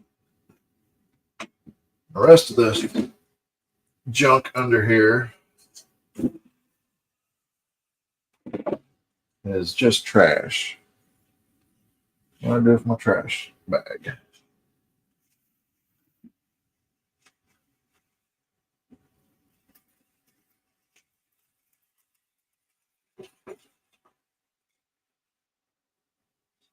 There we go.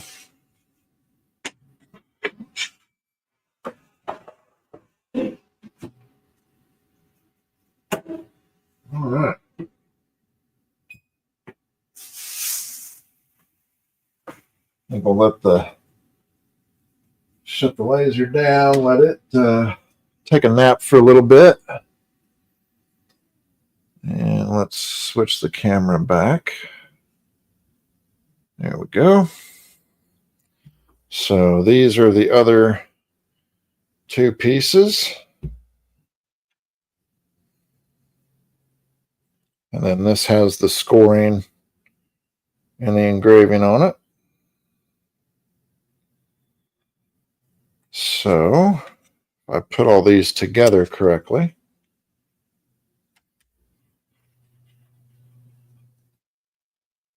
whew, this thing's going to be deep.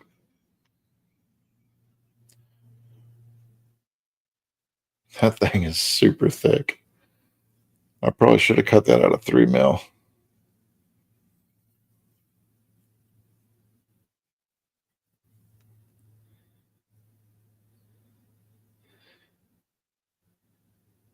It's going to have to be in a well-lit room.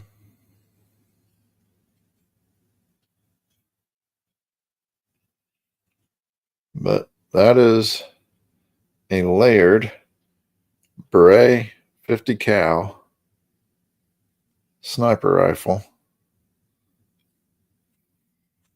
And with 6 layers. 1, 2, 3, 4, 5, 6 layers. Yep. So yeah, next time I'll definitely have to cut it out of 3mm. Because that is mega thick.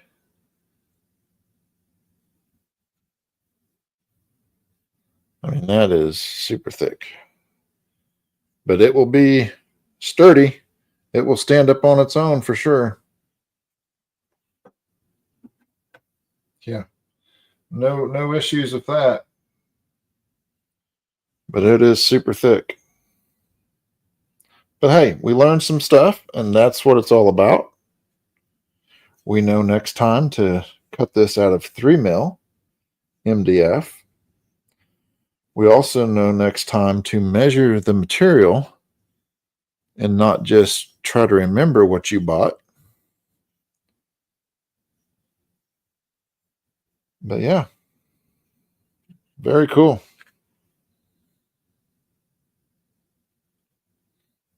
Kind of give you a angled view here if I can get these to line up. The good news is everything lines up. So obviously I have to hold it better, but see if I can hold it straight. So yeah, that turned out pretty cool. So learned some things on my first layered design here. We learned that you need to measure your material.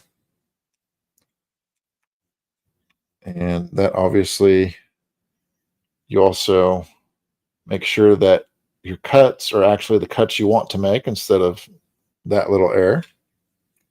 But that's what it's all about. We had some good conversation with Jack about music and his cool little project for his VR stuff. Okay, cool. I'll check that out. So yeah, we definitely got some stuff done tonight. So it is, what time is it? 12:46 a.m. So I guess I'll hop off here and we'll call it a night. But thanks, Jack, for sticking around. Appreciate the conversation. Lots of good topics while we're waiting for this thing to engrave and cut. Yeah, I think we'll definitely, on my next run, I'll definitely get 3 mil, and that will be a lot faster.